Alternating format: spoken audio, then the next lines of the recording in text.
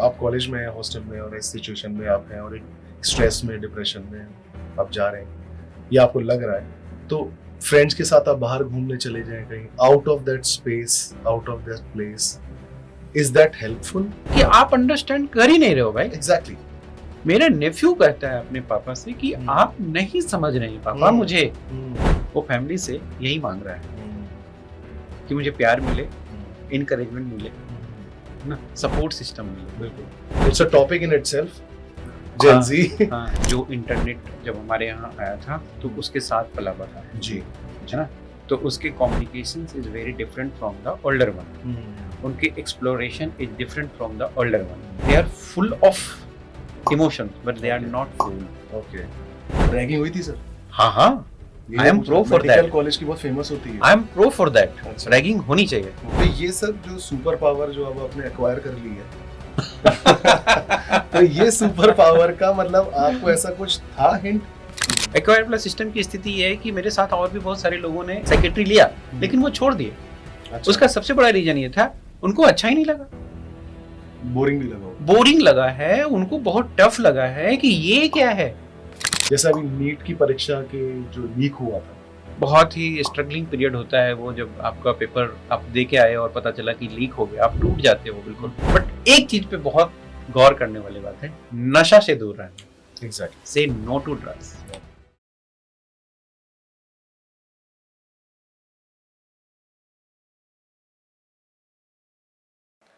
Hello, नमस्कार, मेरा नाम गौरव तिवारी। एक और नए एपिसोड में आपका स्वागत है। आज हमारे साथ हैं डॉक्टर राजेश कुमार। ये हैं कंसल्टेंट साइकेट्रिस्ट मैक्स हॉस्पिटल में, and he is a founder of Udgam mental health care and rehabilitation centre also. Doctor साहब से आज हम बात करेंगे अलग अलग विषयों के बारे में, जो कि स्ट्रेस का माहौल जो होता है बच्चों में, पेरेंट्स में, एजुकेशन, ड्यूरिंग एजुकेशन, एंड जो कि एक 14-15 साल की उम्र से स्टार्ट होता है, और डिपेंड करता है किस तरह का करियर बच्चा जाना चाहता है, उसमें क्या क्या उसके माइंड ब्लॉक्स होते हैं, साइकोलॉजिकल हेल्प क्या हो सकती है उनके अंदर, और क्या क्या उनके मन में चलता है। सर, सबसे पहले मेरा क्वेश्चन होगा आपसे, आपकी जर्नी, इस जर्नी में आपको मैं थोड़ा सा ये पूछना चाहूंगा मेनली आपसे कि आप डॉक्टर ही बनना चाहते थे, that to psychiatrist, first thing. Second thing, अगर आप कुछ और बनना चाहते थे तो आपने वो चीज छोड़ के आप इसमें क्यों आए, और अगर आप बनना ही चाहते थे फिर तो बहुत ही बढ़िया चीज है, प्लीज। जी, ये तो आपने पूरा मेरी जिंदगी का राज ही पूछ लिया है। अ, एक गाना था जिसमें कि अमिताभ बच्चन और साउथ के हीरो कमल हसन जी। तो उसमें मैं एक्टर बनूंगा नाम वाला, अच्छा। उसमें ये गाना था। अच्छा। है ना। सो पता नहीं, मुझे क्लास 6 या 5 में ये गाना मैं सुनता था, और ये एक्टर की जगह पे ना मैं डॉक्टर लगा के गाना गाता था। मैं अच्छा। डॉक्टर बनूंगा नाम वाला। ओके। सो ये डॉक्टर बनने की जर्नी मुझे क्लास 6 से शुरुआत होती है। अच्छा। हाँ, तो मेरा रुझान था कि हाँ मैं डॉक्टर ही बनूंगा, और बाकी जो सिस्टम की एनर्जी है, यूनिवर्स की एनर्जी है, उन्होंने मेरे साथ दिया, मैं भी कुछ करता रहा उस डायरेक्शन में। सो एक गांव से मेरी जर्नी शुरुआत होती है। अच्छा, कहाँ से हाँ। सर? ये बिहार का एक जिला है, नवादा डिस्ट्रिक्ट। ओके। वहाँ पे बिहार का आखिरी गांव है जो अब झारखंड के उससे मिलता जुलता है, एरिया से, सीमा से, कौवा कोल करके। अच्छा। उसका एक और अच्छा ये मैं बताता हूँ कि लोकनायक जयप्रकाश नारायण जी जब जेल से निकले थे, हजारीबाग जेल से निकल के, तो उन्होंने पहला शरण वहीं पे लिया था, और उनकी मृत्यु भी वहीं पे हुई, कौवा कोल में। हाँ, तो ये तो फेमस, बहुत फेमस जगह है। तो उनका जेपी करके एक आश्रम है वहाँ पे, तो हम लोग काफी जाते भी थे और बहुत इन्फ्लुएंस थे हम लोग। तो हमारे गांव में राजेंद्र प्रसाद भी गए हुए हैं। हाँ। अच्छा। जी। और पूरा 2 नदी 3 पहाड़, है ना। तो ऐसी जर्नी रही है मेरी। बहुत सुंदर सा खूबसूरत सा गांव है, और मेरे दोस्त सारे वहाँ पे हैं थे। अच्छा। जर्नी स्टार्ट होती है वही जो मैंने बताया कि डॉक्टर बनूंगा नाम वाला। बहुत सारी सुविधाएं नहीं थी, बट भी जब कहते हैं ना कि जब मंजिल को पाना होता है तो अपने सपनों में जान होना चाहिए, है ना। उड़ान पंखों से नहीं होती है, आप में जज्बात होनी चाहिए। तो वही वाली चीज है। तो एक जज्बात के साथ अपनी जर्नी शुरुआत किया मैंने। क्लास 10 के बाद 12th में मैं पटना आया। अच्छा। और पटना में एक साइंस कॉलेज है, हम्म, अच्छा कॉलेज है वो। हम्म, तो वहाँ पे काफ़ी अच्छे दोस्त मिले, सब अच्छा। पढ़ने वाले, अच्छे होशियार बच्चे। हम्म, तो यूँ समझिए कि कॉलेज के बारे में मैं थोड़ा-सा बताता हूँ कि 200 250 बच्चे थे मेरे क्लास में। हम्म, और जब मेरी काउंसलिंग हो रही थी हम्म, ऑल इंडिया की, तो उसमें आधा क्लास वाले उसी में थे। अच्छा। हाँ, इतना अच्छा रिजल्ट हुआ था। अच्छा, हाँ। तो सर आप तो फिर डेस्टाइन्ड थे बनने के लिए मेरे ख्याल से। हाँ, हो कह सकता है, सकते हैं। कह सकते हैं। हाँ। तो थोड़ा मैं स्पिरिचुअलिटी में अब आगे बहुत ज़्यादा बिलीव करने लग गया हूँ, जी, जी, क्योंकि हर एज की अपनी-अपनी रिक्वायरमेंट होती है। उस वक़्त तो ये सब मेरे ख्याल से आपका माहौल ही ऐसा था कॉलेज का। कॉलेज का माहौल बहुत अच्छा था। कॉलेज का माहौल आपसे अच्छा था, साउंड कर रहा है। लेकिन गाँव से जो मैं आया था, तो वो लगा था कि वो मेरे सपना था, है ना? जी, और जज़्बात था मेरा, जी, वो लेके निकला था, जी, जी, है ना? तो हौसला से उड़ान होती है ना, जी, तो बिल्कुल। वही था, वो हौसला था बिल्कुल। मिनिमम कैपेसिटी में मैंने काफ़ी अच्छा किया। फिर उसके बाद गुवाहाटी गया, गुवाहाटी मेरा मेडिकल कॉलेज रहा। अच्छा, हाँ, बहुत खूबसूरत सा जगह गुवाहाटी भी है। अच्छा। जी। तो आपने बताया कि ये मेरा चॉइस था या नहीं, तो चॉइस के हम्म, बारे में मैंने बताया कि क्लास 6 से मेरा चॉइस था। इसमें बीच में क्वेश्चन और बन रहा है सर मेरा। जी। डॉक्टर तो आपने बताया कि आपको बनना था, हाँ, बट साइकाइट्रिस्ट एक थोड़ा सा मतलब बिल्कुल ही अलग हो जाता है। या जैसे डॉक्टर में हम या तो हार्ट का डॉक्टर सुनते हैं, बिल्कुल। बोन का डॉक्टर। हाँ, करीब 30-40 टाइप के डॉक्टर तो एग्जैक्टली होते ही हैं, तो है ना? ये मैं मेरे पर्टिकुलर वैसे मतलब जो मेरा हुँ, क्वेश्चन है वो इस तरफ था कि इस तरह। साइकाइट्रिस्ट। जी, साइकियाट्रिस्ट। यस। हाँ, थोड़ा-सा इसमें डिफरेंट है, कि साइकियाट्रिस्ट मेरे साथ के बहुत सारे बच्चे ने लिया, फिर छोड़ दिया उन्होंने। आप क्यों? तो गुवाहाटी थे सर, गुवाहाटी, वहां हाँ। से स्टार्ट करना है सर। हाँ, तो मेडिकल कॉलेज में जब एमबीबीएस में गया, तो हम्म, गुवाहाटी में एडमिशन लिया। मेरे फ्रेंड्स बहुत अच्छे, शानदार फ्रेंड्स, अच्छा। बिल्कुल। आज भी मुझे वो दिन याद है जब हम अ, 3 फ्रेंड्स जब वहाँ पे गए थे। 2001 की बात है। रैगिंग हुई थी सर? हाँ, हाँ, यही आई मैं एम पूछ रहा प्रो हूँ, फॉर मेडिकल दैट। कॉलेज की बहुत फेमस होती है। I am pro for that. अच्छा। रैगिंग होनी चाहिए। हाँ, अच्छा। जिन्होंने रैगिंग लिया था, आज भी हाँ, मेरे बहुत अच्छे मित्र हैं। Must be healthy. Must be healthy, of course. आपको देने आना चाहिए, उनको लेने आना चाहिए। बिल्कुल सही। इसमें वायलेंस नहीं होनी चाहिए, एग्जैक्टली। है ना? बहुत मज़ा आता है। तो I have enjoyed that ice journey. Breaker होता है एक तरह से। एग्ज़ैक्टली, हम्म, बहुत बहुत मज़ेदार। तो बहुत खूबसूरत सा जर्नी था मेरा और सारे मेरे फ्रेंड्स के। हम ऑल इंडिया से गए हुए थे, अच्छा, तो 8-10 स्टेट के तो लोग थे ही, अच्छा। है ना? तो बेस्ट फ्रेंड कहाँ के थे आपके, कौन से स्टेट से थे? बेस्ट फ्रेंड तो हरियाणा का है। अच्छा, हरियाणा हाँ, के। हाँ, वो और भी हैं, अच्छा, हरियाणा के हैं, यूपी के हैं, हिमाचल के हैं, अच्छा। है ना? तो ये सारे मेरे बेस्ट फ्रेंड हैं। मेरी शादी So में are these all pursuing psychiatry or no, like they are all different different? Different उसमें। तो बहुत अच्छे से एमबीबीएस कटा। हम्म, एमबीबीएस की जर्नी खत्म करके जब हम लोग फिर से पोस्ट ग्रेजुएशन की तैयारी करते हैं, हम्म, तो उसमें सबका अपना एक रैंकिंग सिस्टम होता है जी, जी, ऑल जी, इंडिया के एग्जाम के बाद। जी। ठीक है। सो बाय द वे मेरा मोटिवेशन फिजिशियन बनना ही था, सर्जन तो थोड़ा सा कम था। तो अच्छा। फिजिशियन में चॉइस करना होता है कि आपको थोड़ा रैंक पे भी डिपेंड करता है और थोड़ा आपके चॉइसेस पे भी डिपेंड करता है। जी, जी। तो जो रैंक थी मेरी, तो हम्म, उसमें फिजिशियन तो मिल ही रहा था। तो हम्म, जैसे और भी मेरे सब्जेक्ट मिल रहे थे, सर्जरी भी मिल रहा था, आपको एनेस्थीसिया भी मिल रहा था। हम्म, लेकिन मैं डिस्कस करता था कि अच्छा मुझे साइकेट्री ही लेना है। हम्म, एक अंदर से चॉइस आता था। अब हम्म, ये क्यों आता था चॉइस, पता नहीं, मुझे ऐसा लगता था कि शायद मैं बहुत अच्छा कर पाऊंगा, है ना? और मैं अच्छा से जज कर पाऊंगा एक इंसान को। जज क्या मतलब, एक जान पाऊंगा। तो ये सर जो सुपर पावर जो अब आपने एक्वायर कर ली है तो ये सुपर पावर का मतलब आपको ऐसा कुछ था हिंट पहले से कि जब जैसा आप किसी से बात करते थे, जी, होता है सर फेस रीडिंग हाँ, करना, हाँ, ये हाँ, कर, हाँ। तो ऐसा कुछ क्वालिटी थी आप में? आ, ऐसा हम पहचान नहीं पाए थे उसको। अच्छा, हाँ, अच्छा। मतलब आपको पता नहीं होता है ना कि आप जी, जी, जी, कहाँ के लिए, जी, जी, जी। क्योंकि आप भीड़ में चल रहे हो। तो आपने एक्वायर्ड सुपर पावर है आपकी, ये पढ़ सो के आपने एक्वायर करी एग्जैक्टली, है। हो सकता है। और बाकी ऐसा होता है ना कि बहुत सारे सिस्टम आपको हेल्प करता है। जी, आपका इनेट होता है, अंदर से होता है, एग्जैक्टली। और एक सही सिस्टम मिल जाता है, तो आप उस सिस्टम के साथ आगे बढ़ जाते हो। जैसे आपने बताया कि एक्वायर वाला सिस्टम, एक्वायर वाला सिस्टम की स्थिति ये है कि मेरे साथ और भी बहुत सारे लोगों ने ये साइकेट्री लिया, लेकिन वो छोड़ दिए। अच्छा, उसका सबसे बड़ा रीजन ये था, उनको अच्छा ही नहीं लगा, बोरिंग भी लगा होगा। बोरिंग लगा है, उनको बहुत टफ लगा है कि ये क्या है। उनका सिंपली ये होता है कि मैं ऐसे इंसेन लोगों के साथ कैसे काम कर सकता हूँ जो बात नहीं करते हैं, है ना, इतना इमोशनली इसमें खर्च करना पड़ता है आपको, बहुत एग्जॉस्टिंग है। सर ये बहुत नॉर्मल नॉर्म्स है हमारे सिविलाइजेशन की भी, इस तरह की बातें जो होती हैं, जैसे आप जो पढ़ रहे हैं वो भी ये कह रहे हैं इनसेन है, इनसे मैं कैसे डील करूं, ये नॉर्मल नॉर्म है हमारी सोसाइटी के अंदर भी। अगर किसी को डिप्रेशन होता है या कोई स्ट्रेस में होता है, यूजुअली हम भी लैंग्वेज में, चाहे हम टीयर 1 सिटी में रहते हो चाहे टीयर 2 सिटी में रहते हो, हम भी ऐसे ही बात करते हैं। हम भी हाँ। बोल देते हैं कि अब कैसे बात करेंगे, ये क्या सोच है, ऐसे नहीं होता है, चल काम अपना काम पे मन लगाओ and all that stuff sir. जी, जैसे आप शायद थोड़ा सा ये पूछना चाह रहे थे कि इनसेन वाला, जी। कि एक किस घर में सब कुछ है बट फिर भी डिप्रेशन क्यों हो गया है ना, तो थोड़ा मन लगा ले यार, थोड़ा घूम फिर के आ जाए, दोस्तों के बीच में चला That's जा, my point. एक्सरसाइज कर ले, ठीक हो जाएगा।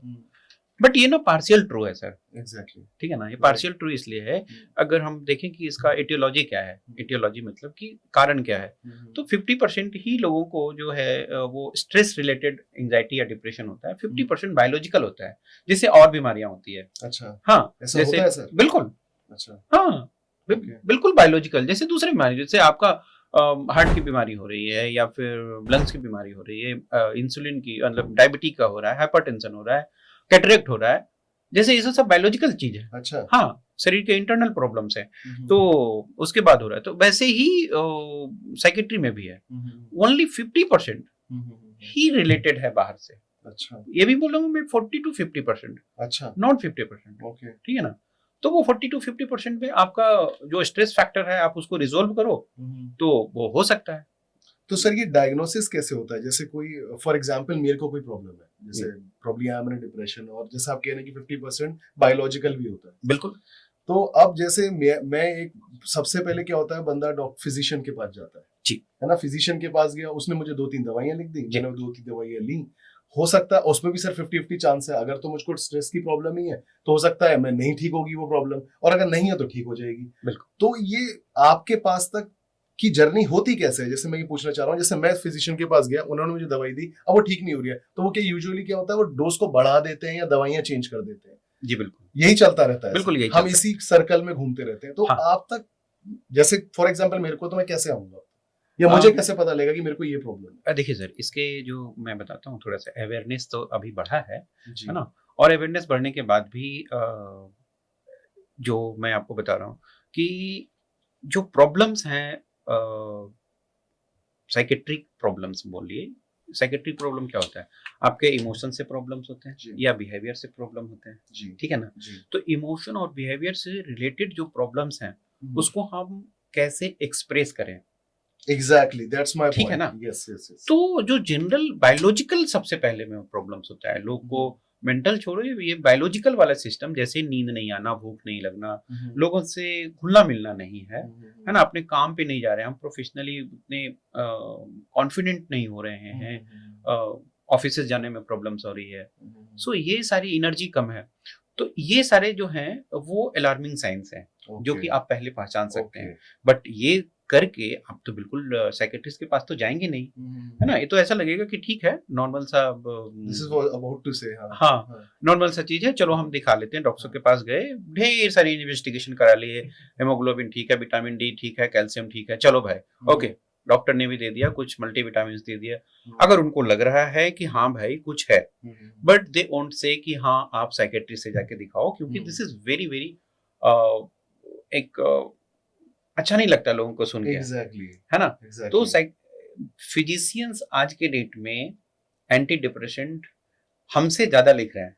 अच्छा जी, फिजिशियंस, अच्छा, और उनकी दवाइयां वो खा के ठीक भी हो रहे हैं, ऐसा नहीं बोलूंगा, वो ठीक हो रहे हैं, दवाई वही है, बहुत सारे लोग ठीक हो जाते हैं। आपके पास भी आएंगे कोई, जैसे लेकिन वहां से अगर मैं बताता हूँ सर, सो अगर वहां से भी ठीक नहीं हुआ, और कॉम्प्लिकेट हो गया या और बढ़ गया, तो अब वो लोगों से डिस्कस करेंगे, डिस्कस करके फिर देखेंगे कि चलो भाई साइकेट्रिस्ट के पास जाना है।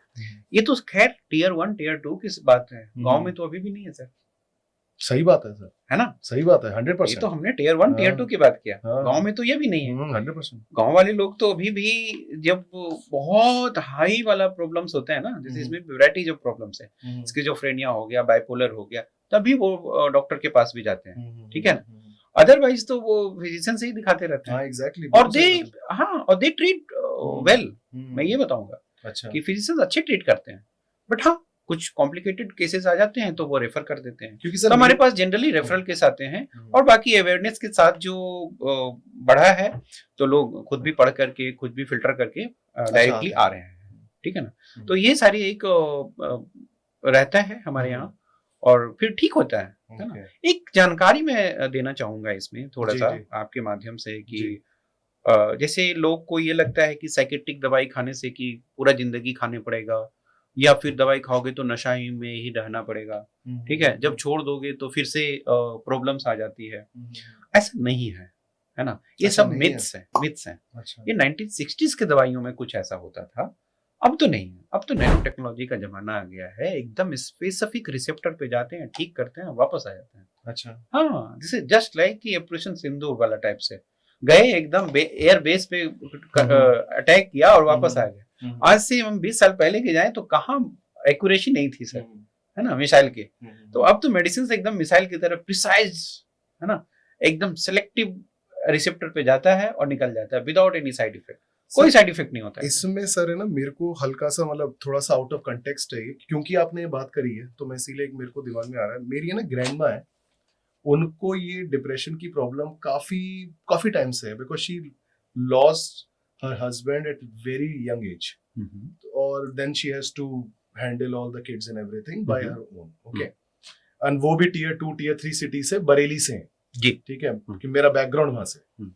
तो सर उनका जो, जैसे आप कह रहे हैं कि दवाई का असर अगर नहीं खाते तो नहीं, उसकी प्रॉब्लम नहीं होती, but sir we have seen जैसे अगर उनकी दवाइयां बंद होती हैं तो उनको सारी प्रॉब्लम हो जाती है, palpitation, BP high, sugar, everything. तो उनको वो दवाई पे, हमें मेडिकेशन पे रखना ही पड़ता है। इट्स बीन लॉन्ग, ये आज की बात नहीं कर रहा सर मैं।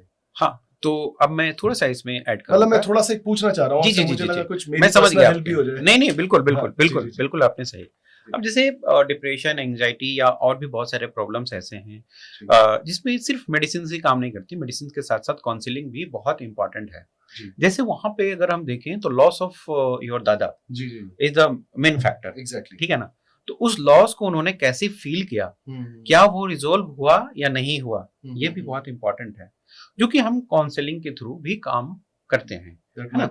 और कुछ लोगों में क्रोनिक कंडीशंस आ जाते हैं, अच्छा, कुछ लोगों में ही, अच्छा, लेकिन मैं इतना जरूर बताऊंगा कि 60 to 70% या 80% तक लोगों में रिलैप्सेस की संभावनाएं कम होती है, अनलेस एंड अनटिल उनके ऐसे काम हो या ऐसे उनके बॉडी हो या उनका अपना जीनोटाइप्स रहा हो, है ना, जिनमें रिलैप्सेस के चांसेस हाई हैं, तो उसमें होते हैं, है ना? तो जैसे आपकी दादी का है तो वहां पे दो फैक्टर्स हम देख सकते हैं, या तो दादी की पर्सनालिटी रही है, एंग्जियस पर्सनालिटी, नंबर 1, नंबर 2 जिम्मेवारियां काफी रही है, और तीसरा दादाजी का लॉस को अभी तक रिजोल्व नहीं कर पाई है वो अपनी सोच में, है ना? तो ये सारी चीजें हैं। तो अभी जो है जो भी पेशेंट्स आते हैं, मेडिसिन के साथ साथ counselling is very very important. किस एज ग्रुप के आते हैं सर? मेरे पास हर एक एज ग्रुप के आते हैं, बट जैसे जो मेनली जो हमारा देखा जाता है वो 25 to 45 इज द मेन। अच्छा, हाँ, ओके, प्राइम एज, मतलब प्राइम एज यही है, मतलब आप यूं समझिए कि 50% जो है पॉपुलेशन इस एज ग्रुप में है, 25 to 45 में, है ना? बाकी सारी चीजें तो है।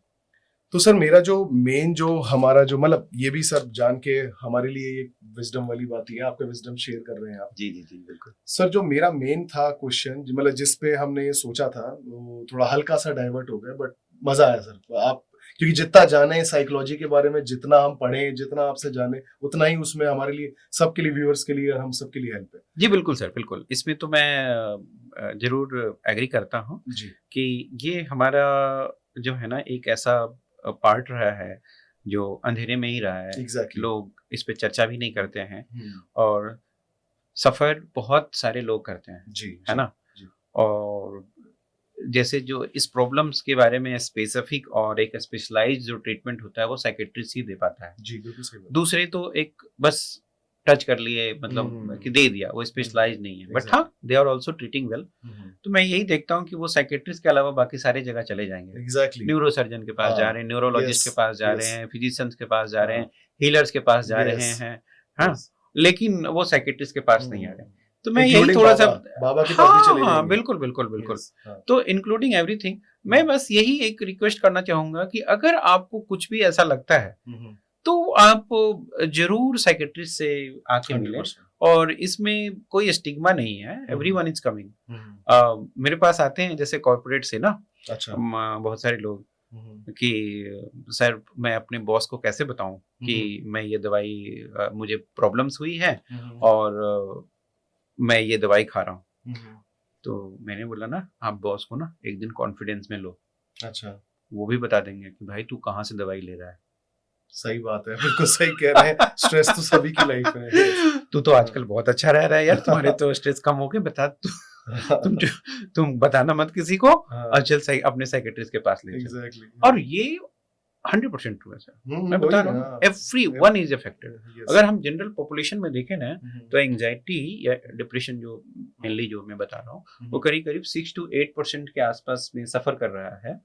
और अगर ये एक जनरल पॉपुलेशन की बात मैं कर रहा हूँ, और अगर मैं शहरों की, अर्बन पॉपुलेशन की बात करें, दिल्ली जैसे जहाँ पे कि जॉब ओरिएंटेड लोग रहते हैं, बिजनेस ओरिएंटेड हैं, तो ये परसेंटेज करीब करीब 10% के आसपास चला जाता है। अच्छा। और अगर देखिए कोई डेटा तो नहीं है, लेकिन जैसा मैं फील करता हूँ उसमें, तो अगर हम कॉर्पोरेट हाउस में चले जाएं तो ये डेटा तो कम से कम 15 से 20% जाएगा sir. I am very sure every 5th person is suffering from something stress, every 5th person, है ना।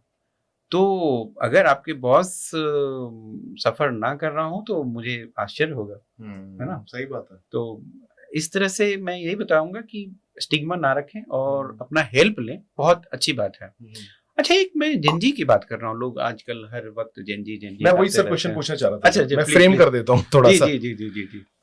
जैसे अभी सर जो जेनजी, और मेरा क्वेश्चन तो बेसिकली ये है, जो बच्चे और पेरेंट्स का बीच का जो सफर होता है, जो 14-15 साल की उम्र से स्टार्ट होता है, जिसमें बच्चा पढ़ाई में है, एजुकेशन में है, तैयारी कर रहा होता है, और उससे लेके वो जब तक, अब वो जो लाइन चूज करता है, डॉक्टरी कर रहा है तो पता नहीं कब तक पढ़ना पड़ेगा क्योंकि एग्जाम्स भी क्लियर करना है, इंजीनियरिंग कर रहा है या आईएएस बनना है या व्हाटएवर, किसी भी लाइन में जाता है। बट सर ये जर्नी एक टेंडर एज 14-15 साल से स्टार्ट हो जाती है, हल्का फुल्का तैयारी उसी से स्टार्ट होती है।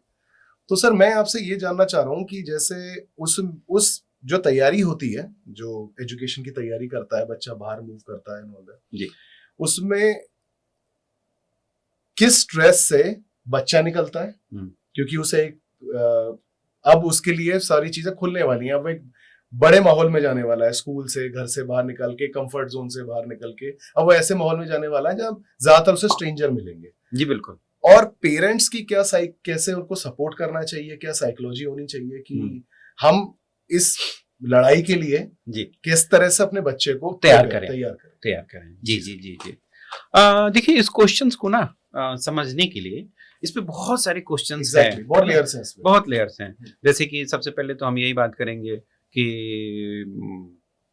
यहाँ पे हम पेरेंट्स किस तरह से इस ट्रांजिशन एज को या इस टेंडर एज को हैंडल करें जी।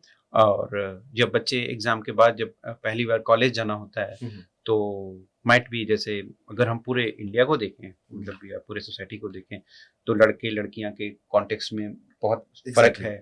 अर्बन रूरल में बहुत अलग है।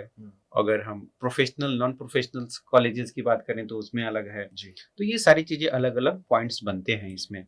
और जो फाइनेंशियली साउंड है और जो फाइनेंशियली साउंड नहीं है, उसमें भी बहुत अलग अलग ट्रांजिशंस आते हैं सर, है ना।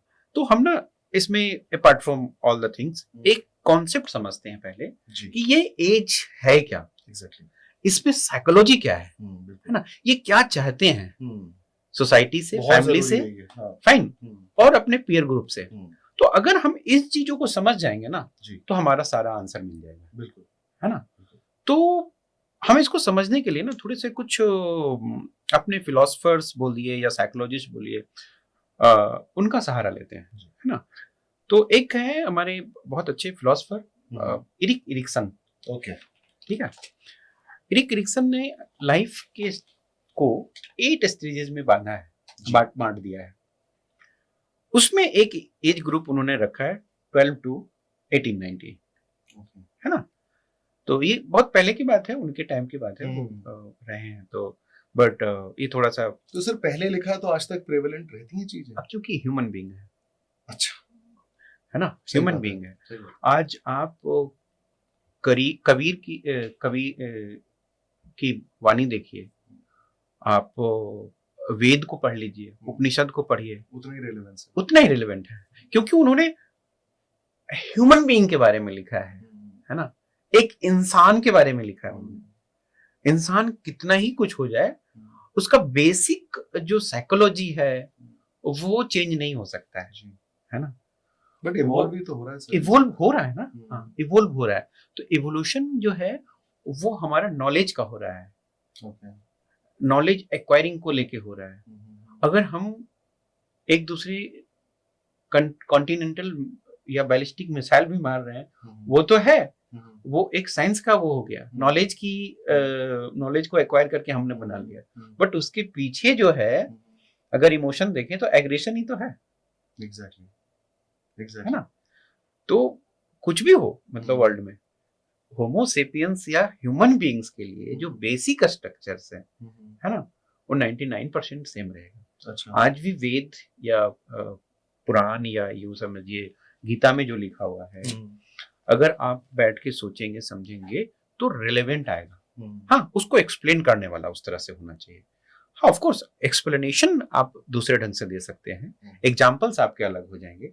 500 साल पहले जो एक्सप्लेनेशन था, आज वो डिफरेंट है ना। तो जो इरिक इरिक्सन का स्टेज इस एज ग्रुप में है, उनको लेते हैं। और भी बहुत सारे लोगों ने दिया, इनके बहुत अच्छा एक्सप्लेनेशन लगा मुझे। फॉलो करते होंगे? मैं बहुत सारे लोगों को फॉलो करता हूँ, बट इनका जो एक्सप्लेनेशन है थोड़ा सा अच्छा लगा मुझे। तो इन्होंने क्या देखा ना कि यहाँ पे जो कॉन्सेप्ट है इस एज ग्रुप को, वहां पे बच्चे हैं जो आइडेंटिटी एक्सप्लोर कर रहे हैं। ठीक है ना। सो इस स्टेज को उन्होंने आइडेंटिटी वर्सेस रोल कंफ्यूजन का नाम दिया है। अच्छा। अगर आइडेंटिटी अचीव कर लेते हैं देन वेल एंड गुड, और अगर नहीं है तो हमारा रोल क्या होगा, वो कंफ्यूज है।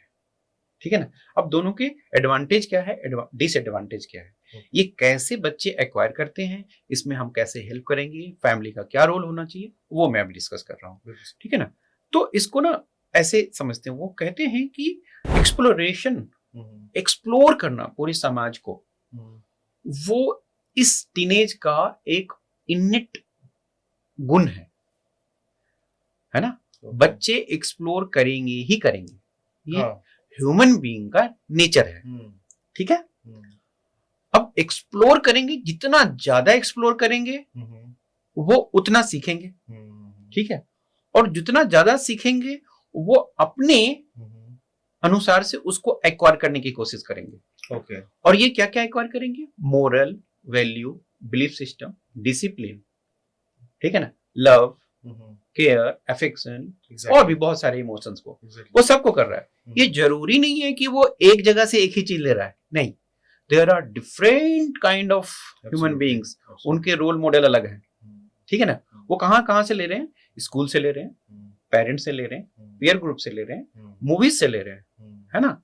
तभी तो मूवीज जो है वो, क्यों जब हम फैमिली मूवी बनाते हैं तो उसमें एडल्ट रेटेड और ये क्यों लिख दिया जाता है ना, ताकि उस पर इफेक्ट ना पड़े, और 18+ लिखा जाता है। मतलब आप टीनेजर में खत्म कर रहे हो, है ना। तो अब यहाँ पे जो मैंने बताया कि ये बहुत सारे लोगों से अपना एक्वायर कर रहे हैं। हिंड्रेंस कहाँ कहाँ पे आता है ना, कहाँ कहाँ से इसको प्रॉब्लम्स आता है। अब एक फैमिली मेंबर से वो क्या लेना चाहता है, फैमिली मेंबर से लेना चाहता है प्यार, लव, इनकरेजमेंट, है ना, कि कोई इनकरेज करे मुझे। ठीक है ना। साथ हो, बिल्डअप करे, बिल्कुल। ठीक है ना। दोस्तों से क्या करना चाहता है, ये दोस्तों से ट्रस्ट बिल्डिंग करना चाहता है रिलेशनशिप में, है, वहां से वो ले लेता है। बाकी रोल मॉडल्स हैं, जैसे मोरल है, किसी को गांधी जी पसंद है, किसी को सुभाष चंद्र बोस है, जो बुक्स में अपना लिखा हुआ है, ठीक है, वहां से वो मोरल वैल्यू ले रहा है, कुछ बिलीफ सिस्टम हो गए, कुछ डिसिप्लिन होते हैं। हाँ, आजकल नहीं, शुरू से ही जो भी अवेलेबल है, आज बुक अवेलेबल है तो बुक से ले रहे हैं। आज से 500 साल पहले बुक्स अवेलेबल नहीं थे तो चाचा ताऊ से ले लेते थे, है ना। तभी तो कहते हैं ना कि आप समाज में केस लूं, आप तो चलिए स्टूडियस बच्चे रहे हैं, तो ठीक है। मैं वो था जो 33 में बर्थडे में प्रसाद चढ़ा देता था कि 33% आ गए, बस लाइन हो गई, अगली क्लास में गया मैं। तो मैं किसी बुक से ऐसा स्कूल टाइम में, आज की बात अलग है, आज मैं बहुत पढ़ता हूँ और सारी चीजें मैं एक्वायर करने की कोशिश करता हूँ, बट तब मैं स्कूल से मेरा आई डोंट थिंक सो मैं किसी को ऐसे, देखिए मैं आपको थोड़ा सा, मतलब मैं अपने बच्चे को रिलेट करके देखना चाह रहा हूँ। हाँ, मैं आपको बताता हूँ कि ये जो एक्वायर करते हैं, एक्सप्लोर करते हैं, वो हमारे आंखों के सामने, माइंड के सामने जो भी आता है हम उसको एक्सप्लोर करते हैं। आज तो बुक्स हो गया, स्कूल्स हो गए सर, है ना। 200 साल पहले क्या था, वो कैसे ह्यूमन बीइंग तो ह्यूमन बीइंग था ना। जैसे आज हम अपने स्थिति में हैं, वैसे तब भी वो लोग तो थे ही। कुछ ज्यादा कुछ नहीं बदला सर, अगर हम बेसिक चीज पे चले जाए ना तो उतना ही है। अच्छा, हाँ, वही चीजें, वही हरकतें, वही काम, वही सब कुछ है, ठीक है ना। वही दुख, वही दर्द, वही क्लेश, वही ईर्ष्या, वही बहुत सारे इमोशंस जो है वो सेम है, बट रूप अलग अलग हो गए क्योंकि इवोल्यूशन हो रहा है, ठीक है ना। तो आपने जैसे बताया, तो आपके रोल मॉडल कुछ और रहे होंगे, ऐसा तो नहीं है कि रोल मॉडल नहीं रहा है। फादर जो फादर रहे ना, हाँ, यही तो है। तभी तो मैं बता रहा हूँ कि जो घर से वो लव लेना चाहते हैं। अब प्रॉब्लम्स कहाँ कहाँ आ रहे हैं सर, अगर घर में मम्मी पापा का झगड़ा हो रहा है, ठीक है, तो वो बच्चा कंफ्यूज हो गया कि अच्छा हस्बैंड वाइफ ऐसे होते हैं क्या।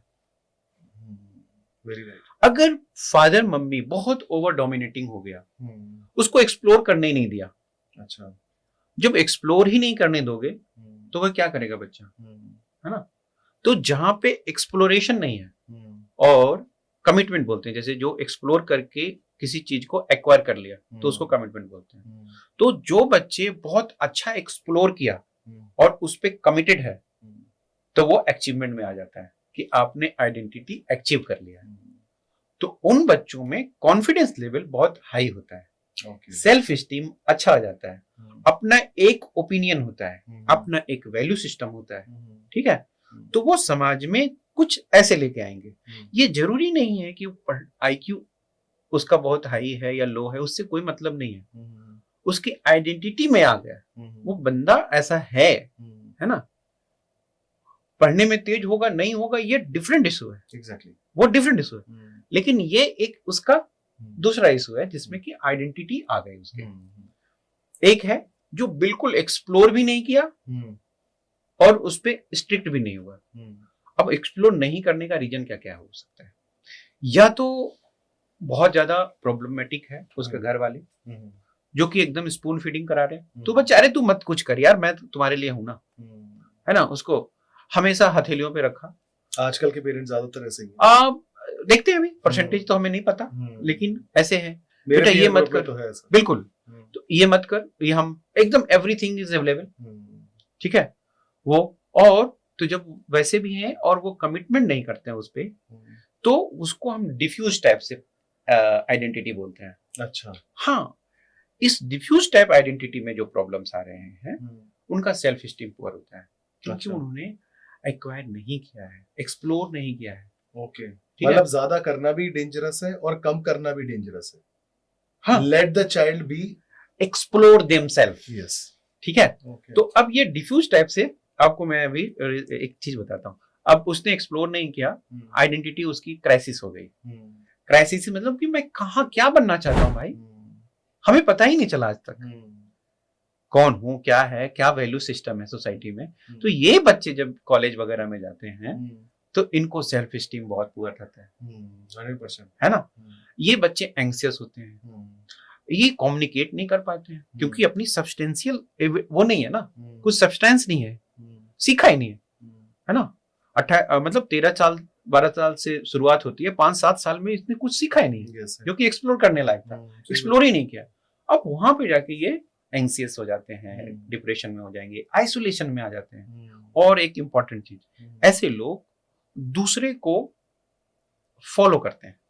अच्छा, एज इन फॉलो करते हैं, मतलब कि हाँ उसका ओपिनियन अच्छा लगा, चलो आज इसका ओपिनियन फॉलो कर लिया, कल उसका ओपिनियन फॉलो कर लिया, क्योंकि अपना तो नहीं है ना। ओके। ठीक है ना।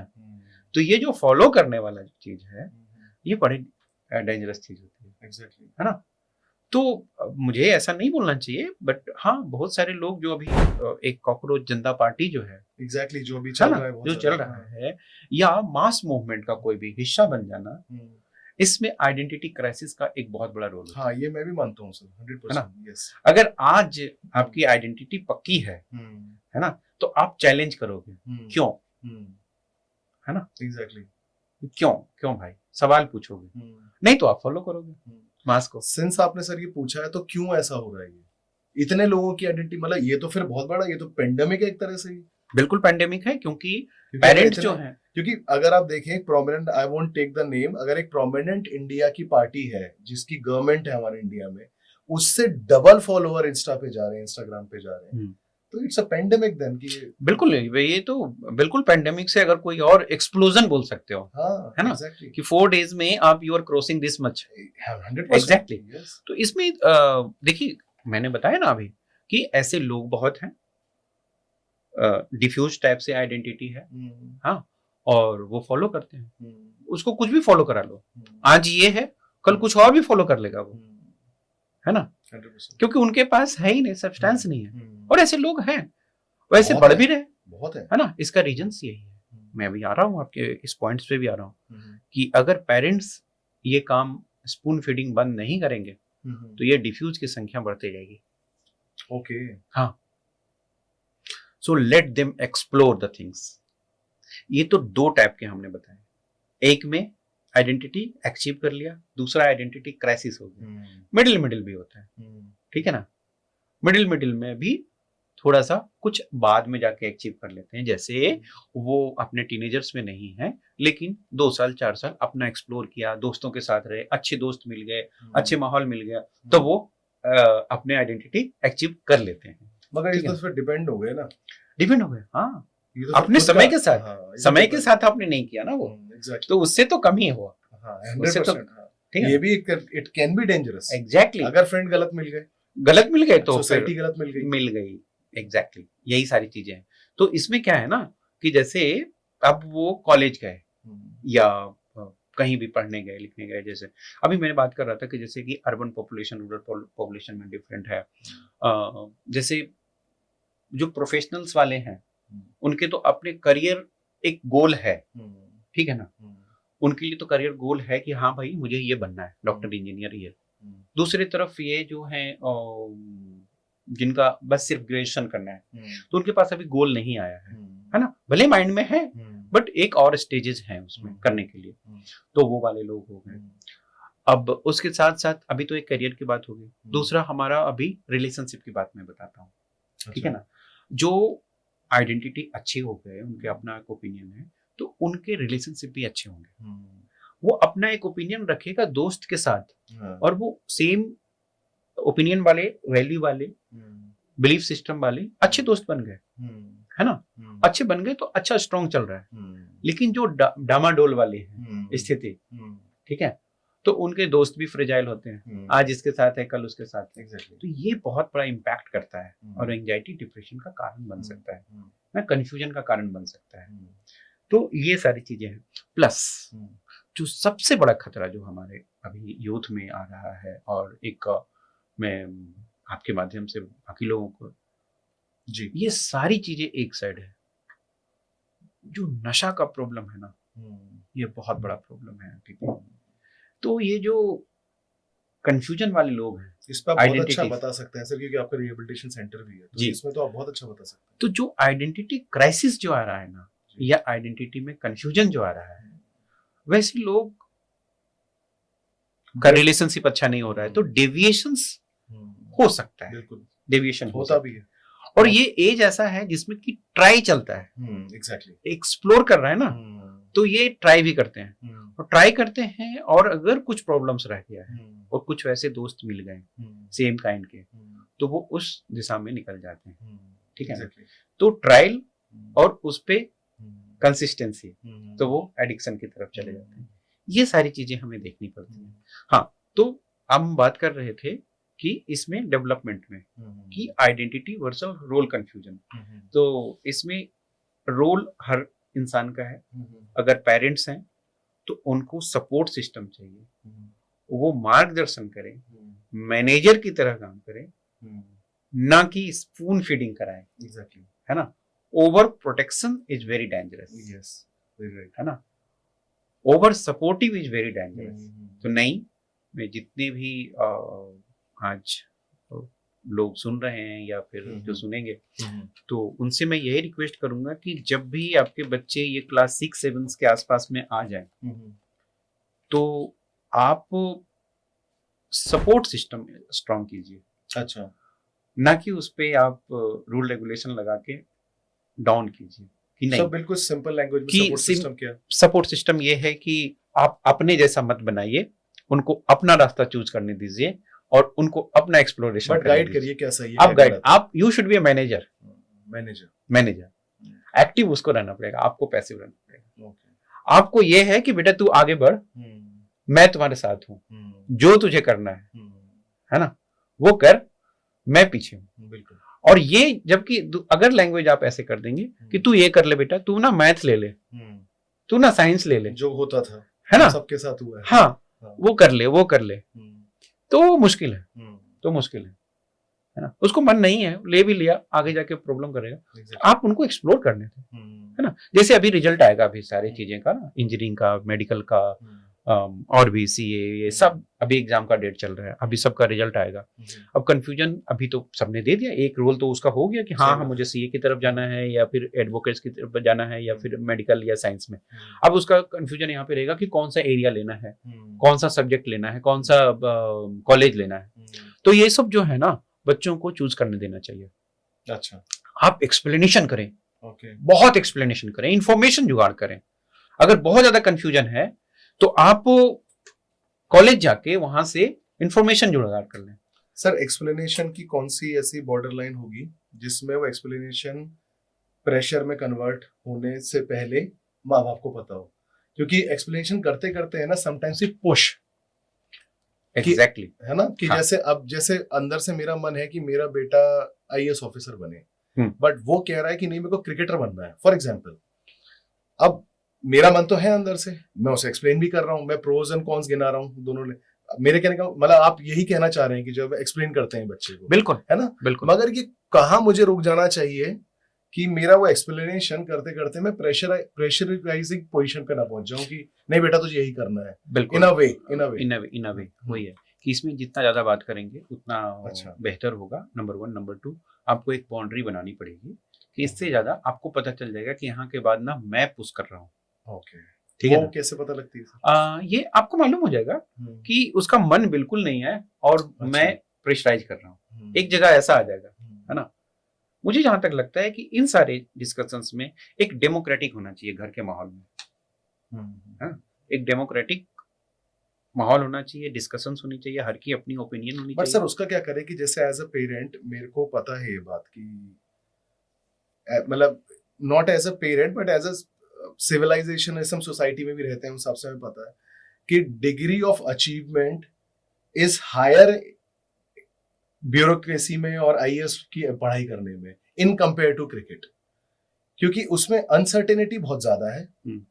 देखिए उसके अंदर भी ये है कि वो भी कोई इजी नहीं है आईएएस बनना, उसकी भी एग्जाम है, यूपीएससी की एग्जाम, पूरा प्रोसीजर है, तैयारी एंड ऑल दैट, वो ठीक है। बट एज अ सोसाइटी हमारे अंदर ये थोड़ा अनसर्टेनिटी है कोई स्पोर्ट को लेकर, या कल को बच्चा कहता है कि मुझे एक्टर बनना है, कि मुझे बॉलीवुड में जाना है, तो ये तो एक सिंपल सी बात है ना सर, दिमाग में आता ही है ये चीज। हाँ, ये आपने बहुत सही है कि बहुत सारे बार क्या होता है कि बच्चे एक्सप्लोर करने में या तो डिले कर रहे हैं या अच्छे से उसको समझ नहीं पा रहे हैं, तो पेरेंट्स को किस तरह से उनको हैंडल करना चाहिए, है ना। कभी कभी वो अपने बच्चे जिद्दी भी हो जाते हैं, है ना, कि मुझे यही बनना है ना। तो मैं आपको फिर से बताता हूँ कि ये जो स्टेज है ना, इस स्टेज से पहले हमारी कुछ ना कुछ प्रॉब्लम्स रही हैं, और कुछ प्रॉब्लम्स बच्चों में भी रही, उनकी पर्सनालिटी, उनके टेम्परामेंट, बिल्कुल, है ना। तो उससे डील करने के लिए हमें अगेन एंड अगेन मैं बता रहा हूँ कि इसमें एक तो डिस्कशन का सहारा है, दूसरा काउंसलिंग का। अब ये काउंसलिंग क्या क्या है? काउंसलिंग या तो करियर काउंसलिंग होगी, अच्छा, या तो फिर psychological. Do we have to take our children outside for counselling, और हमें ही काउंसलिंग करनी है सर? आपने तो बोल दिया ना, जितना करना एक लेवल तक समझ में नहीं आ रहा है। सही बात है। तो अब हम प्रोफेशनल्स का हेल्प लें, ठीक है ना? तो अभी भी जैसे जो अभी बच्चे कॉलेज के लिए जाएंगे, अगर समझ में नहीं आ रहा है, they should take the help from the professionals. वो चाहे करियर काउंसलिंग हो या फिर कुछ और भी मसला हो, तो ये सारी चीजों में बहुत हेल्पफुल होगा। Sir, coming back to the question, हम बात करते करते मजा आ रहा था, इसीलिए हम इधर गए। बट सर, जो मेरा क्वेश्चन था कि जैसे बच्चा एग्जाम तैयारी कर रहा है और उसका मेंटल लेवल और उसकी साइकोलॉजी और पेरेंट्स की क्या होनी चाहिए, और किस स्ट्रेस से निकल रहा है वो, और किस उससे मतलब कैसे उस एग्जाम की प्रिपरेशन, फिर उसे घर छोड़ के भी जाना है, उसे बाहर रहना है, अपने कंफर्ट जोन से बाहर जा रहा है, रियल वर्ल्ड में ओपन हो रहा है, तो पेरेंट्स क्या करें उस सिचुएशन में और बच्चे को क्या करना चाहिए? जी, आपने ऑलमोस्ट वैसे जवाब दिए हैं, बहुत सारी बातें हमें बताई हैं, इससे रिलेटेड बहुत सारी बातें हैं। जी, बट मैं थोड़ा सा फ्रेम करके चाह रहा हूँ करके, जी बिल्कुल। इसमें वही है कि जब बच्चे बाहर जा रहे हैं, तो उस वक्त पेरेंट्स पे क्या स्थिति गुजरेगी और उस पे क्या स्थिति गुजरेगी। मैं भी अपने आप को याद करता हूँ कि जब मैं घर छोड़ के जा रहा था, है ना, तो एक अनसर्टेन चीजें थी कि वहां पे हॉस्टल रहना है या कहाँ रहना है ना, पीजी में रहना है, किराए पर लेके खुद से रहना है, खाना कैसे मिलेगा। हाँ, चलो ये सारी चीजें तो, फूड लॉजिंग तो एक चीज हो गया, इसके अलावा दोस्त बहुत इंपॉर्टेंट चीज है। हाँ, अभी हम पढ़ाई की बात नहीं कर रहे हैं, उससे पहले की जो मेन है लाइफ के इस उजबू में बात कर रहा हूँ कि दोस्त कैसे मिलेंगे। दोस्त बहुत इंपॉर्टेंट होता है, दोस्त के साथ कैसे रहेंगे, हमारी बच्चा सोचता है सर जाने से पहले? बिल्कुल। अच्छा, दोस्त के बारे में भी सोचता है? दोस्त के बारे में, बहुत रिलेशनशिप के बारे में, अच्छा, है ना। हाँ, पहले तो फ्रेंड्स के बारे में, नहीं तो रहेगा कैसे? उसको बहुत सपने होते हैं सर कि वहां जाके हम ऐसे करेंगे, कि ये टीनेजर्स होते हैं ना, फिर रोमांटिक रिलेशनशिप के बारे में भी बहुत सोचते हैं वो। अच्छा, हाँ, जाने से पहले हाँ, बहुत सारे लोग ऐसे सोचते हैं, नॉट 100%, बट हाँ, एक अपने आप को रोमांटिसाइज तो करता ही है। सही बात है। हाँ, तो मैं भी करता था, है ना। वो हर एक की हाँ, सब करते हैं, वो एक एज है तो सब करता है। तो उसके बाद उन चीजों पे कैसे वो रिएक्ट होगा, वो बिल्कुल अनसर्टेन है। एक एप्रीहेंशन रहता है। एग्जैक्टली। ये एप्रीहेंशन है, एंजाइटी नहीं है। अगर इस चीज को जो अच्छे से टैकल कर लिए, जो कि पहले वाले स्टेजेस में हमने सीखा है ना, जो एक एक करके, तब तो हम बहुत अच्छे से क्रॉस कर जाएंगे। बिल्कुल। और जो बच्चे नहीं क्रॉस करेंगे, जो पहले स्पून फीडिंग में रहे, तो उसके लिए वहां पे भी बहुत दिक्कत होती है। मुझे याद है कि मेरे जूनियर के साथ उसकी मम्मी साल भर रहती थी, रहती थी, कॉलेज तक जाती थी, दूर रहती थी। अरे भाई, क्या बना दिया आपने अपने बच्चों को? एक इंडिपेंडेंट होना चाहिए ना एक एडल्ट में। तो आप अभी भी आप सहारा दे रहे हो। अरे आप उनको बताओ यार कि कुछ नहीं होता है, बाकी सारी जनता रह रही है, दुनिया रह रही है, आपसे छोटे छोटे बच्चे रह रहे हैं, आप क्यों नहीं रह सकते? तो ये सब पेरेंट्स की कुछ अपनी मजबूरियां होती है, या उनकी अपनी साइकोलॉजी होती है जो मुश्किल होती है। तो पेरेंट्स अगर बहुत ज्यादा एंग्जियस हैं, पेरेंट्स बहुत ओवर पैम्पर्ड रख रहे हैं, उनकी अपनी एक प्रॉब्लम्स हैं, है ना, वो एंग्जियस पर्सनालिटी के हैं, तो ये भी बहुत दिक्कत। बार बार फोन करना, ठीक है, आज तो फोन है, हमारे टाइम में तो फोन भी नहीं होते थे। संडे को सिर्फ सुबह हॉस्टल के लैंडलाइन में 10 लोग खड़े हैं, है ना, एक बार मिल गया तो मिल गया, नहीं तो नहीं मिला। तो आज सुबह दोपहर शाम खाया बाबू, नहाया बाबू, सारा कुछ होते हैं। ये सारी चीजें बिल्कुल नहीं करनी चाहिए। अच्छा। एक टाइम आप फोन कर लो, हाँ you are fine, okay, it's okay.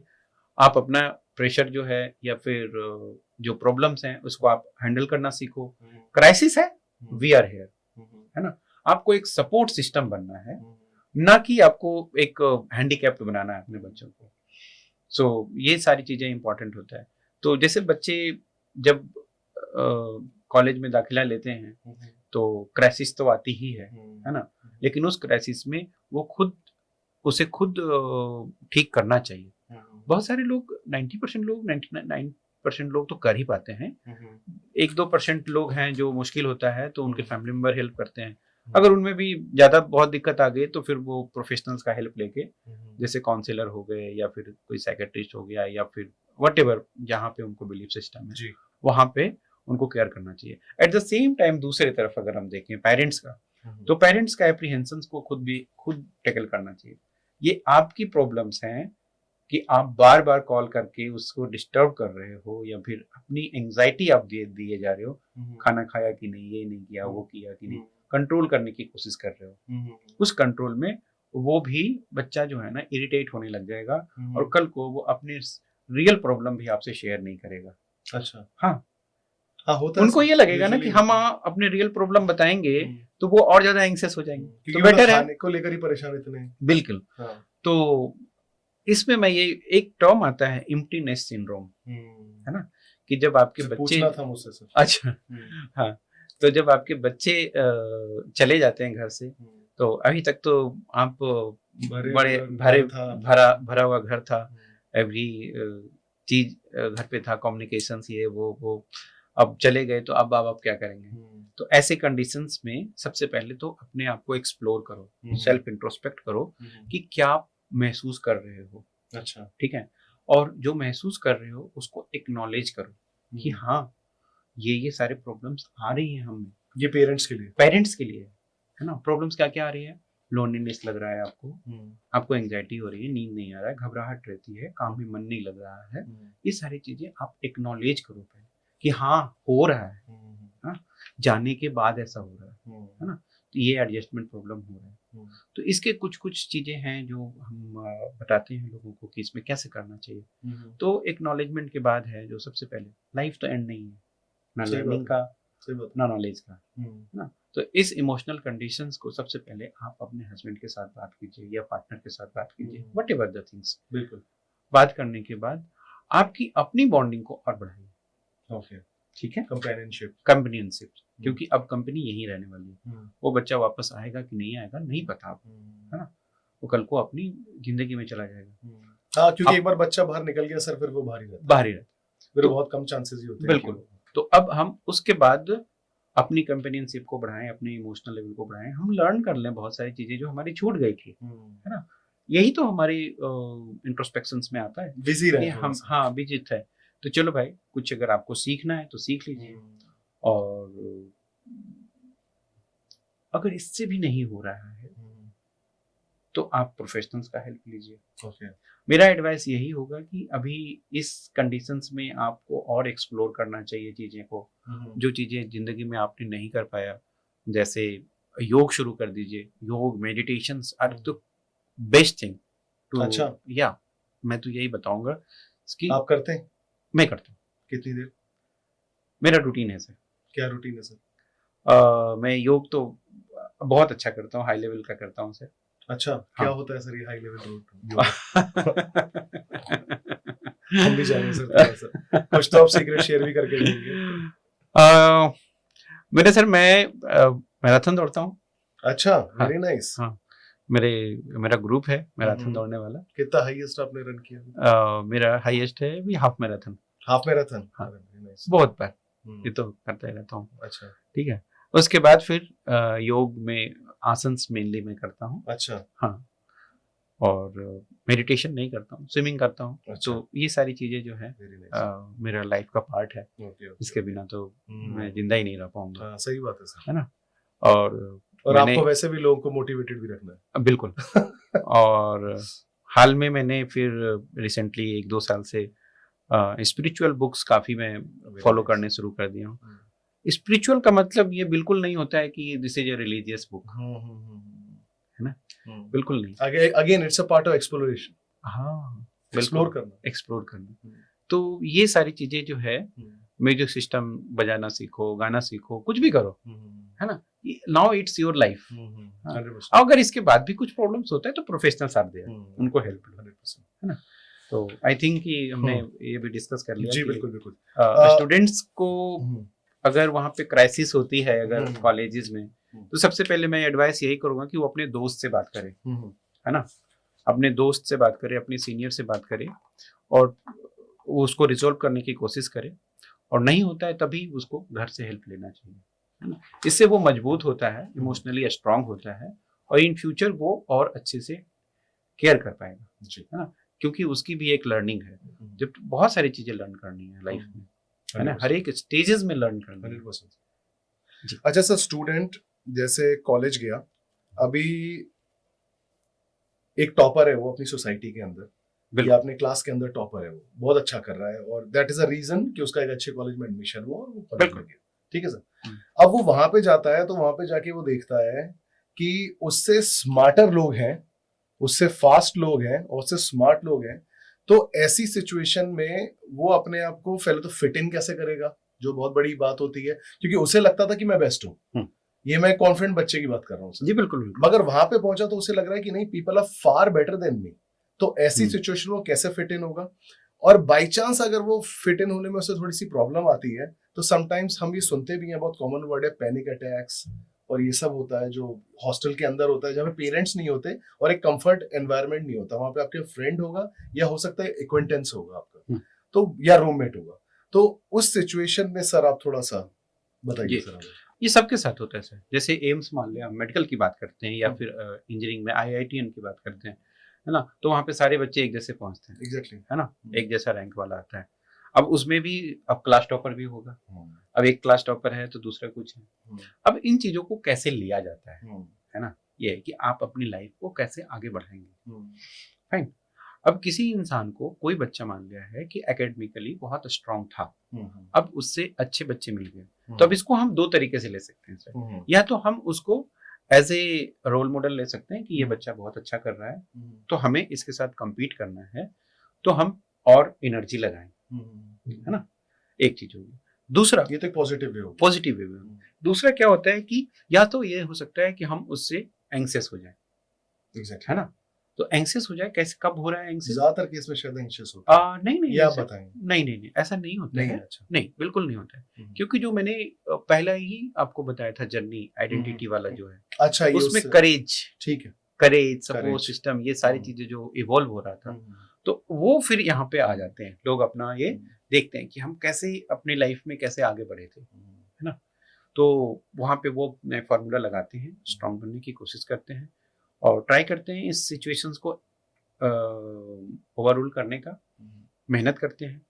Competition आता है, कभी आगे भी, कभी पीछे भी, कभी साथ में भी। तो कुछ बच्चे हैं जो बहुत इजीली ले लेते हैं इसको कि ठीक है, इट्स ओके वाला टाइप से, इतना ही था हमारे पास और यही हमारी जर्नी है, इससे ज्यादा हम मेहनत नहीं कर सकते हैं, तो ये रहा, इस साल नहीं तो अगले साल। लेकिन कंपटीशन में तो होता ही है। अच्छा, नंबर 1। नंबर 2, इसमें कुछ एकेडमिक में है तो कुछ और दूसरे फील्ड में भी है, हर फील्ड में, है ना, तो हर फील्ड में। तो यहाँ पे सिर्फ एकेडमिक की हम बात नहीं करें, और भी बहुत सारे जितनी पैरेलल इंस्टीट्यूशन है, हम उसकी भी बात कर रहे हैं। तो क्राइसिस तो आती है सर, और जब क्राइसिस आती है तो उसको रिजॉल्व करने की कोशिश में कुछ लोग फेल कर जाते हैं, कुछ लोग अचीव कर लेते हैं। जो फेल करते हैं उनको एंजाइटी, डिप्रेशन तो होता है, ऐसा नहीं। तो हाउ टू डील, तो अगेन एक ही फॉर्मूला है कि आपको एक्नॉलेज करना पड़ेगा, और एक्नॉलेज करके आपको फिर उसमें हेल्प लेना है, फ्रेंड से, पेरेंट से, नहीं तो फिर आपको प्रोफेशनल से।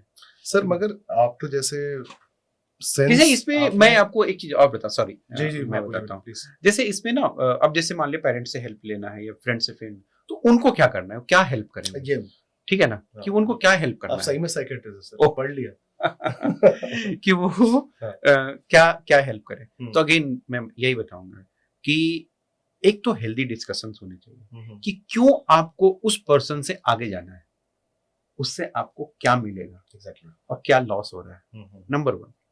नंबर 2, इसको डील करने के लिए आपके पास क्या क्या कैपेसिटी है, ऑलरेडी है ना, या क्या क्या लैकिंग है। तो जैसे हमेशा ना, मैं हनुमान जी का एग्जांपल देता हूँ बहुत सारे पेशेंट्स को, कि हनुमान जी को उड़ना पता था लेकिन वो भूल गए थे, है ना, तो उसको बाकी लोगों ने बताया कि हनुमान जी आप तो उड़ सकते हो, है ना, तो ऐसे ही अपनी शक्तियों का नहीं पता होता है।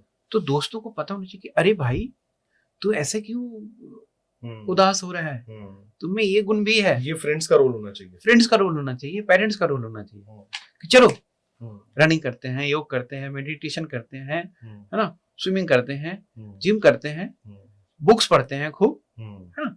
ये पार्ट भी तो एक्सप्लोर करना है जिंदगी का, लाइफ की मीनिंग भी तो समझना है। ये सब फ्रेंड्स और फैमिली का रोल है सर, है ना। तो ये सब करते हुए हमें अप्रोच करना चाहिए अपने दोस्तों को या फिर अपने बच्चों को।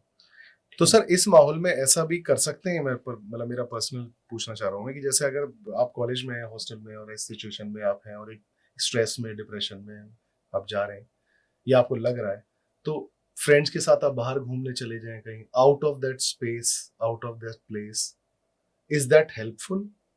हाँ बिल्कुल हेल्पफुल करता है, जिसमें आप थोड़ा सा हल्का सा अपने आप को डिस्कनेक्ट कर रिलैक्स, बिल्कुल फैमिली के साथ। हाँ, क्योंकि फैमिली में देखिए सर, मेरे को जो लगता है और यूजुअली भी होता है, हर आदमी मोटिवेटिंग नहीं होता है। हाँ बिल्कुल बिल्कुल, शायद अगर एक भी होता है तो बहुत फॉर्चुनेट है आपकी फैमिली में एक है मोटिवेटिंग, बिल्कुल बिल्कुल। नहीं तो यूजुअली वो यही कहते हैं कि नहीं, तो मतलब व्हाटएवर दे से, मैं उस पे नहीं जाऊंगा, बट बिल्कुल कहते हैं ना कि आप अंडरस्टैंड कर ही नहीं रहे हो भाई। एग्जैक्टली। मेरा नेफ्यू कहता है अपने पापा से कि आप नहीं समझ रहे हैं पापा मुझे, जो इतना दिन साथ में रहा फिर भी वो इसको ये लग रहा है कि आप नहीं समझ रहे। तो फैमिली से डिस्कस करना चाहिए। दैट मीन्स कि ये पापा को समझ रहा है, एग्जैक्टली, लेकिन पापा नहीं समझ रहे। एग्जैक्टली, और ये ट्रू है है ना, ऐसा सर होता है। तो ये चीजें अब कहाँ पे, वो अपने दोस्तों से बात करके रिजॉल्व कर लिया प्रॉब्लम्स। तो उसको डिस्कनेक्ट कर सकते हैं हम थोड़े दिन के लिए, फैमिली से थोड़ा सा हल्का सा, जैसे बाहर जाएं, घूम लें। हाँ मैंने बताया ना कि जैसे कि जो प्रॉब्लम्स हैं, प्रॉब्लम का सॉल्यूशन तो फैमिली को भी थोड़ा स्पेस देनी चाहिए। बिल्कुल बिल्कुल बिल्कुल, जहां भी है प्रॉब्लम्स हैं तो उससे दूरियां तो बनानी ही चाहिए, exactly. है ना। और हम एक अच्छी डिस्टेंस बना के रहेंगे तो हमारे पास एक सही समय आता है ना, अपने पास टाइम मिल जाता है सोचने समझने का, तो हम रिजोल्व कर पाते हैं। कभी कभी हम उस ऑक्युपाइड जगह में रहेंगे ना, तो हम सोच नहीं पाते, माहौल ही लगता है ना। तो हमें बिल्कुल ऐसा करना चाहिए। बट हाँ, अगेन मैं इसमें यही बताऊंगा कि बहुत ही सावधानी से और बहुत ही गोल डायरेक्टेड हमें सोचना चाहिए और अपने डिसीजन लेनी चाहिए, है ना, हर एक चीज का। बच्चा जैसे हॉस्टल में है और या फिर किसी भी सिचुएशन में, जैसे जॉब ही करने चाहे बाहर गया है या कुछ भी सिचुएशन में, और वो कॉल कर रहा है अपने पेरेंट्स को एंड ही स्टार्ट्स क्राइंग, वो रोने लग जाता है। क्योंकि रोना सर मेरे हिसाब से, कई लोग तो हो सकता है कई लोग जल्दी रो लेते होंगे, बट मैक्सिमम केस में ऐसा होता है कि वो एक्सट्रीम इमोशन होता है कि जब बंदा रोने की स्टेबल पे पहुंच जाए, वो फोन करके अपने पेरेंट्स को रो रहा है। हाँ। तो क्या करना चाहिए ऐसे में पेरेंट्स को, और क्या बातें होंगी जो शायद उसको उस टाइम पे ठीक कर देंगी, या फिर उस बच्चे को भी क्या अपनी तरफ से भी क्या करना चाहिए? ये मैंने बताया ना आपको कि अगेन मैं बता रहा हूँ कि जब हम स्टेजेस बता रहे थे इवोल्यूशन, वो उसमें मैंने बताया कि वो फैमिली से क्या सीख रहा था, इनकरेजमेंट और लव, ठीक है ना। तो उसको यही चाहिए, ओके, है ना। वो फैमिली से यही मांग रहा है कि मुझे प्यार मिले, इनकरेजमेंट मिले, है ना, सपोर्ट सिस्टम मिले। बिल्कुल, है ना, बिल्कुल। तो वो सपोर्ट सिस्टम मिले, लेकिन वो at the same time handicap बनना नहीं चाह रहा है। 100%, है ना। 100%। दैट मीन्स कि वो आपको मैनेजर एज ए कंसल्टेंट चाह रहा है, yes. ना कि बस आप गाइड करें। हाँ, ठीक है। तो ऐसे में पेरेंट्स तो मैं लूंगा, पहुंच जाना चाहिए वहां पर, या फिर फोन? जरूरी नहीं। अच्छा, आप पहला रिएक्शंस में तो आपको यही है कि आप काउंसलिंग आप टेलीफोनिकली करें। अब कितना बार आप पहुंचेंगे, जरूरत है तो आप बिल्कुल जाइए, ऐसा अच्छा, नहीं है। बिल्कुल हाँ। जाना विल मोटिवेट बच्चे को, या फिर क्या जरूरी है, डिपेंड्स, आप डिस्कस करें। अच्छा, है ना, वो खुद ही बता देगा। मतलब आप पूछेंगे कि मैं आ जाऊं, तो हो सकता है बोले नहीं पापा मैं, आप रहने दीजिए, आप नहीं मम्मा मैं रहने दीजिए, मैं देख लूंगा। अगर स्थिति और ज्यादा बिगड़ती है तो आप आ जाइए, नहीं तो फिर वेल एंड गुड, बहुत अच्छे तरीके से उन लोग हैंडल कर लेते हैं।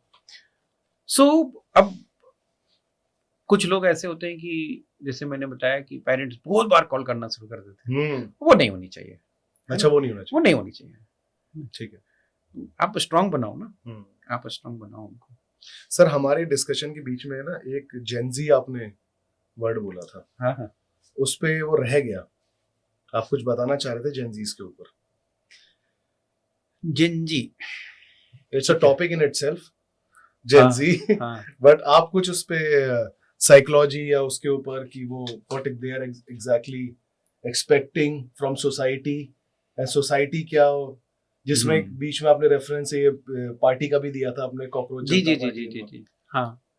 जेन जी को जो है ना, ये जनरेशन अल्फा बीटा ऐसे करके होते हैं, फिर उसके बाद भी और भी हुए हैं जो अभी जेनजी ज्यादा चल गया, जेन जी इसलिए चल गया क्योंकि अभी कोहोर्ट जो है ना, कोहोर्ट मतलब सेम टाइम में जो है वो 25 ईयर के आसपास का बच्चा हो गया है। जी जी है ना जी, और वो हर तरीके से हर जगह है, अभी सोसाइटी का पार्ट बन गया है मेनली, है ना। वो उस सोच के साथ आया है जो इंटरनेट जब हमारे यहाँ आया था तो उसके साथ पला बढ़ा है जी, है ना। तो उसके communications is very different from the older one, उनके exploration is different from the older one, है ना। उनके वैल्यू सिस्टम है वो बिल्कुल अलग है, हाँ? वो प्रैक्टिकली बहुत ज्यादा स्ट्रांग है, इमोशनली फूल नहीं है, they are full of emotions but they are not fool. Okay, हाँ, और वो तो एक इंसान की वो होती है, कैरेक्टरिस्टिक्स है। उसमें अच्छा लगता है ये कि they are multitasker at a time, है ना जी। आप देखेंगे कि जो स्कूटर चला रहा है ना बच्चा, वो ऐसे करके वो सामने वाले को, sir this is dangerous, dangerous, very dangerous, dangerous, लेकिन वो सामने देख भी लिया कि ट्रैफिक पुलिस भी है और उसको हैंडल करके गाड़ी मोड़ के चला गया, बातें करते करते बहुत सारे काम कर लेता है। वो हमें नहीं कैपेसिटी है। हाँ सही बात है सर, ठीक है ना। उनके पास डिजिटल मेमोरी है, हमारे पास रिटन वाले मेमोरी है। हाँ। वो कंप्यूटर पे पढ़ के याद करके वो प्रोड्यूस कर सकता है, हमें नहीं है। नहीं, वो पेपर चाहिए सर, है ना, पेपर चाहिए हमें, पेपर प्रिंट आउट चाहिए। हाँ, प्रिंट आउट चाहिए बिल्कुल। हाँ। तो उनके पास डिजिटल मेमोरी है, तो ये एक जनरेशन का है। अच्छा, उनके पास और भी है कि जैसे अगर इमोशन की बात करें, है ना, तो इमोशनली हम स्ट्रांग बोल सकते हैं उनको, है ना। तो क्या स्ट्रांग इमोशन, तो बहुत काइंड के स्ट्रांग, है ना, बहुत सारे हैं।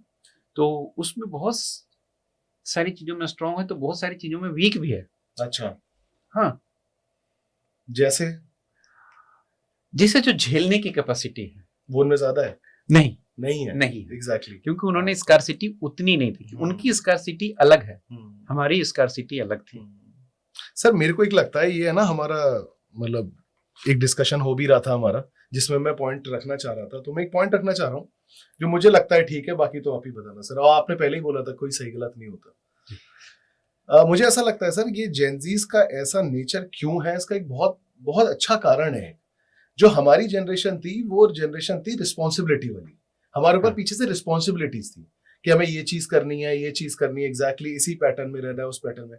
अब जो ये जेनजीज की जो जनरेशन है, जिसको हम जेनजीज कह रहे हैं, जो अचीव करना था इनके पेरेंट्स या हमारे पेरेंट्स कर चुके हैं, कर चुके हैं चीजें ना। उन्होंने देख लिया कि दादा तो इतना काम नहीं करता था और पिताजी मेरे बहुत ज्यादा मेहनत करते हैं, बट मुझे दादा की लाइफ अच्छी लगती है क्योंकि वो काम नहीं करते थे, मेरे को रिलैक्स ही ऐसी लाइफ चाहिए। या दादा बहुत मेहनत करते थे, पिताजी काम नहीं करते, तो उसके लिए इजियर ऑप्शन वो दिख रहा है दादा या पिताजी में से जो जिसने काम कम किया है। तो यार ये भी तो वही लाइफ जी रहे हैं, खाना रोटी खाना तो सबको मिल ही रहा है, छत भी है सर पे, तो they don't have anything to aspire for, जो मुझे लगता है सर। तो उनको ऐसा लगता है कि जो सोसाइटी में जैसा मतलब रिलैक्स है, जॉब लग गई तो लग गई, कॉलेज में हो गया तो हो गया, नहीं हो गया तो there are so many option है भी आज की सोसाइटी। बिल्कुल। जो हमारी सोसाइटी के टाइम पे, जैसे जब मतलब ज्यादा पुराना भी नहीं हूं सर मैं, बट जो हमारी सोसाइटी के टाइम पे इतने ऑप्शन फिर भी नहीं थे। कंप्यूटर के नाम पे कंप्यूटर साइंस एक नई चीज आई थी, बाकी तो सर वही सब था, साइंस कॉमर्स आर्ट्स सब चीज। आज बहुत ऑप्शन है, बहुत ऑप्शन है। आज ये डिप्लोमा 6 महीने का करके ये उतना कमा सकते हैं जितना शायद हम 10 साल की नौकरी के बाद भी नहीं कमा। बिल्कुल। तो दे हैव ऑप्शंस। तो मुझे मेरा थोड़ा ये सोच रहा है, हाँ, इसमें हम थोड़ा सा एक एंगल लेते हैं जी, कि क्या हम 12 घंटा काम अपने मन से करना चाहते हैं, 10 घंटा काम करना चाहते हैं? सर ये बड़ा सब्जेक्टिव है, मैं तो चाहता हूँ, मुझे तो अच्छा लगता है, बट यूजुअल जनता को नहीं लगेगा, नहीं लगेगा, 100% नहीं लगेगा। अगर हम 12 घंटा काम भी करना चाहें तो हमारे पीछे हथौड़े नहीं होने चाहिए। हाँ, मैं मन से करता हूँ, फैक्ट, वो हमारा चॉइस होना चाहिए। Absolutely, it's my choice, yes, it should be my choice. हमने बहुत सारी चीजें जानबूझ के हटा दी अपनी लाइफ से, हमारे अपने जो ये करना था वो करना था, है ना, हॉबीज जो हमने हटा दी। क्यों? टाइम नहीं, मैंने खुद ठीक है। हटाई सर, मैं बहुत अच्छा क्रिकेट खेलता था। ठीक है ना। हम्म, तो हॉबीज अभी गायब सा ही हो जाता है हाँ, बहुत सारे लोगों exactly. का। दूसरी चीजें हैं फाइनेंसेस। हम्म। तब आप देखिए इंडिया का मुझे लगता है पोजीशन क्या सबसे था। ज्यादा डिसाइसिव यही होता है फाइनेंसेस, नहीं? क्या? डिसाइसिव, हाँ हाँ है ना? बिल्कुल बिल्कुल मेरे को तो बिल्कुल। शायद नंबर 1 ही होता होगा, लोग नंबर मानते नहीं है। बिल्कुल नहीं नहीं, देखिए सर बिल्कुल हाँ, पेट तो चलना चाहिए। अब exactly. खाली में कैसे हाँ, कुछ होगा, हम्म, है ना। तो एक बेसिक चीज तो लोगों को मिल गया, हम्म, है ना। वो चाहे गवर्नमेंट से आए, चाहे जनरेशन से आए, या फिर इंडिया का जीडीपी ऐसा हो गया जिसमें कि एक बेसिक लेवल पे एजुकेशन, एक बेसिक लेवल का खाना पीना, लोगों को एक कंफर्ट लेवल तक तो आ गया है exactly. है ना। इलेक्ट्रिसिटी हो या वटेवर, बहुत सारी चीजें। हम्म, अब वो चीजें पूरा हो गया, हम्म, तो हमारा दिल भी यही चाहता था कि हमारा जो जनरेशन है, अगला जनरेशन, हम्म, वो हमसे बेहतर रहे, हम्म, वो हमारे जैसा मर के काम ना करे। exactly. ये हमारी इच्छा थी। हाँ, right, लेकिन बिल्कुल right. अगर वो आराम से सब कुछ करता है ना, तो वो हमें देखा नहीं जाता है, हम्म, क्योंकि हम इतने डरे हुए हैं हम्म, कि अरे यार ये इतना रिलैक्स वे में काम करेगा, हाँ, तो ये अपनी जिंदगी को सही ढंग से ले भी जाएगा या नहीं ले जाएगा। तो वो हमारी एप्रीहेंशंस हैं, जो कि हमारे अपने पास्ट एक्सपीरियंसेस से पीछे से आया है, पीछे से आया है। हाँ, कि हमें ठीक लगता है है ना? हार्ड वर्क करके ही कुछ होगा। कुछ होगा, हाँ, but they are doing smart work, exactly, they are doing smart work. तो ये चीजें उनमें जब है, उसने देखा है कि नहीं हम ये काम कर सकते हैं आसानी से। और बहुत सारी चीजें जो हमारे एक्सपेंडिचर था अननेसेसरी, जैसे अगर हम बताएं तो दहेज पर था, बहुत मुश्किल है। शोशेबाजी, है ना, शोई, ये खरीद लेंगे वो खरीद लेंगे, दुनिया को दिखाना, सोसाइटी में अपना नाम करना, वो थोड़ा सा हट गया, में नहीं है ये, कम हो गया, जेंजीज में नहीं है, नहीं है, नहीं है। और वो शो नहीं करना चाहते हैं, और ये बहुत अच्छी बात है ना। तो है ही सर। तो अगर एक बेसिक क्राइटेरिया को लेके, जिंदगी को लेके वो आगे बढ़ रहे हैं और उनको कम मेहनत करने की अपॉर्चुनिटी मिल रही है, तो इट्स गुड थिंग। लेकिन value system, moral science, morality high रखनी चाहिए, वो है। तो इसमें सर देखिए, इसमें इन्फ्लुएंसर का काम है। अब जो मैंने बताया कि जो हमारे जनरेशन है वो हर चीज से सीखता है, सोसाइटी से। अब आप मीडिया में आप जिस तरह का देखिए, अगेन मैं बताऊं कि European country or American country जो है, उसमें आप पहनावा ओढ़ावा को लेके वो they are adjusted with all things. अगर वो चीजें हम इंडियन कॉन्टेक्स्ट में लाएं, इंडियन पुराने कॉन्टेक्स्ट में कि नहीं हमारा तो साड़ी चाहिए, हमें सत्तन बिल्कुल ढका हुआ ना चाहिए, है ना, उसको बहुत सारे लोगों ने यहाँ पे लाया और उसको एक्सप्लोर करना शुरू कर दिया, इन्फ्लुएंसर के नाम पे, मूवीज के नाम पे, सीरियल के नाम से। तो ये एडजस्टमेंट में प्रॉब्लम होता है। अब कुछ लोग जो अपने, मैंने बताया कि जो अगर आइडेंटिटी उनकी पक्की हो गई, अपना एक ओपिनियन है, तो वो एक क्वेश्चन पूछते हैं। अगर वो कम कपड़े भी पहन रहे हैं तो उनके पास एक आंसर है। अगर कुछ लोग सिर्फ फॉलो कर रहे हैं तो वो बिना आंसर के कुछ भी फॉलो कर रहे हैं, बिल्कुल, है ना। तो हमारे पास हमेशा होना चाहिए, एक लॉजिक होनी चाहिए।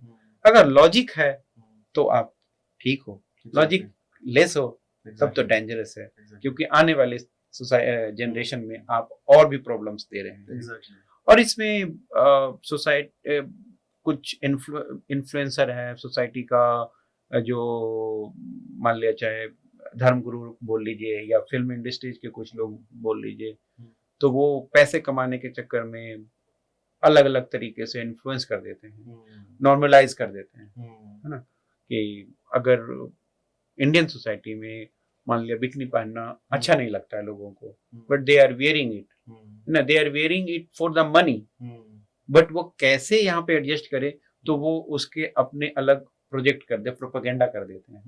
तो ये सारी चीजों पे थोड़ा सा लगाम होनी चाहिए, है ना, कि अगर कोई पर्सन इसको सह रहा है, मान ले कोई सेलिब्रिटी है, तो उसको बताना चाहिए कि भाई हम पैसे के लिए नहीं कर रहे, ये मेरा चॉइस है। लेकिन वो पैसे के लिए कर रहे हैं और वो उसको फिर झूठ बोल के कि हमारे चॉइस है, ये तुम दुनिया ऐसे सोच रही हो, ऐसे सोच रही हो, तुम अपना थॉट्स बदलो, तो वो चीजें ठीक नहीं है। तो ये सब डिसिमिलरिटी जो है ना, वो काफी इन्फ्लुएंस कर रही है हमारे जनरेशन को, तो वो कंफ्यूज है। तो कहने का मतलब आपका इन सब चीजों से इन्फ्लुएंस नहीं होना चाहिए?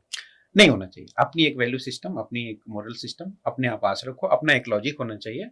आज मैं बिल्कुल सारे जो भी ऑडियंस है उसको मैं यही बताऊंगा कि आप जो भी फॉलो करना है एक लॉजिक के साथ फॉलो करो, मास लेवल पे नहीं, है ना। आप अपने धर्म को भी फॉलो कर रहे हो तो एक लॉजिक के साथ फॉलो करो, अपने कल्ट को फॉलो कर रहे हो तो एक लॉजिक के साथ फॉलो करो, है ना। लॉजिक होना बहुत जरूरी है। लॉजिक को बढ़ाओ, एनालिसिस को बढ़ाओ, है ना। आप ऑनलाइन रहो और उससे नॉलेज बढ़ाओ। ओवर इंफॉर्मेशन क्यों ले रहे हो इसके पीछे भी एक लॉजिक होनी चाहिए। अब गुआना में कोई क्या कर रहा है उससे आपको क्या मतलब है।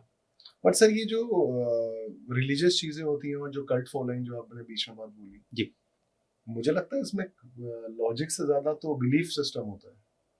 लॉजिक तो कल्ट सिस्टम में क्या लॉजिक होगा अगर कोई नहीं सर, आप बिल्कुल। किसी, क्योंकि होता क्या है कि लोग के साथ बाबा लोग जो होते हैं या फिर कल्ट वॉटेवर जो भी टर्म यूज करी जाती है उनके पास हजारों करोड़ों लोग आते हैं, लाखों लोग आते हैं, और अगर वो लाख लोग में से 10 लोगों को भी ठीक कर देते हैं, जो मेरा मानना है, तो वो 10 लोग इतना बड़ा एग्जाम्पल बन जाते हैं, तो then they start doing marketing about it. तो ये तो फिर उन लोगों के लिए बिलीफ सिस्टम है मेरे ख्याल से, जो मुझे लगता है, I might be wrong, but इसमें कोई लॉजिक मेरे ख्याल से रिलीजन में भी लॉजिक ढूंढना बहुत इंपॉर्टेंट है सर। अच्छा, बिल्कुल, मैं तो यही ये ज्यादा बिलीफ नहीं होती है कि आप मानते हो तो है, नहीं मानते हो तो नहीं है। मानते हो लेकिन क्यों मानते हो अपने आप से पूछोगे ना। अपने आप से तो पूछोगे ना कि आप मानते हो या नहीं मानते हो। अगर मानते हो तो एक लॉजिक के साथ मान लो, कोई दिक्कत नहीं है। आपका क्या लॉजिक है? मेरे लॉजिक जैसे जैसे मैं इंफॉर्मेशन गैदर कर रहा हूँ मेरा लॉजिक चेंज होता जा रहा है। और मेरा करंट लॉजिक क्या है? करंट लॉजिक में मेरा जो शिफ्ट हुआ है चेंजेस, है ना। तो सोसाइटी ने, समाज ने बहुत सारी कुरीतियां भर दी हैं हमारे धर्म पे, है ना। तो वो चीजें मैं हटा रहा हूँ अपने माइंड से। अच्छा, ठीक है ना, कि ये धर्म का नहीं था, ये समाज का प्रभाव था। ये धर्म नहीं, ये समाज का प्रभाव। मैक्सिमम तो वही है। हाँ, तो अब उतना नॉलेज हो गया कि हम डिफ्रेंशिएट कर पा रहे हैं। अच्छा, है ना।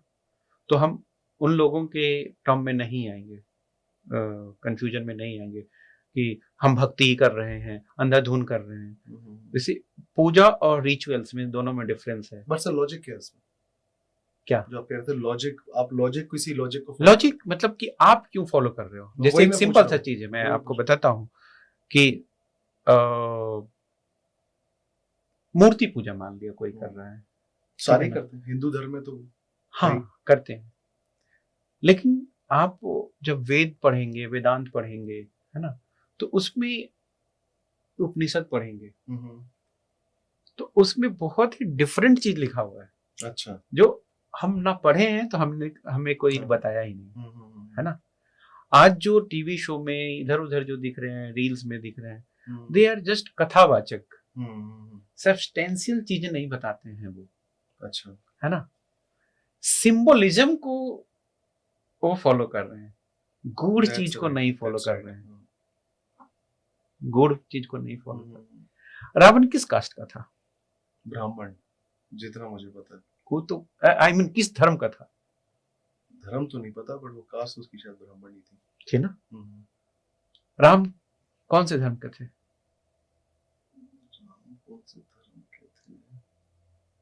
क्षत्रिय। वो तो कास्ट हो गया ना। यही पता सर। यही सब है ना। उस वक्त धर्म का कोई कॉन्सेप्ट ही नहीं था।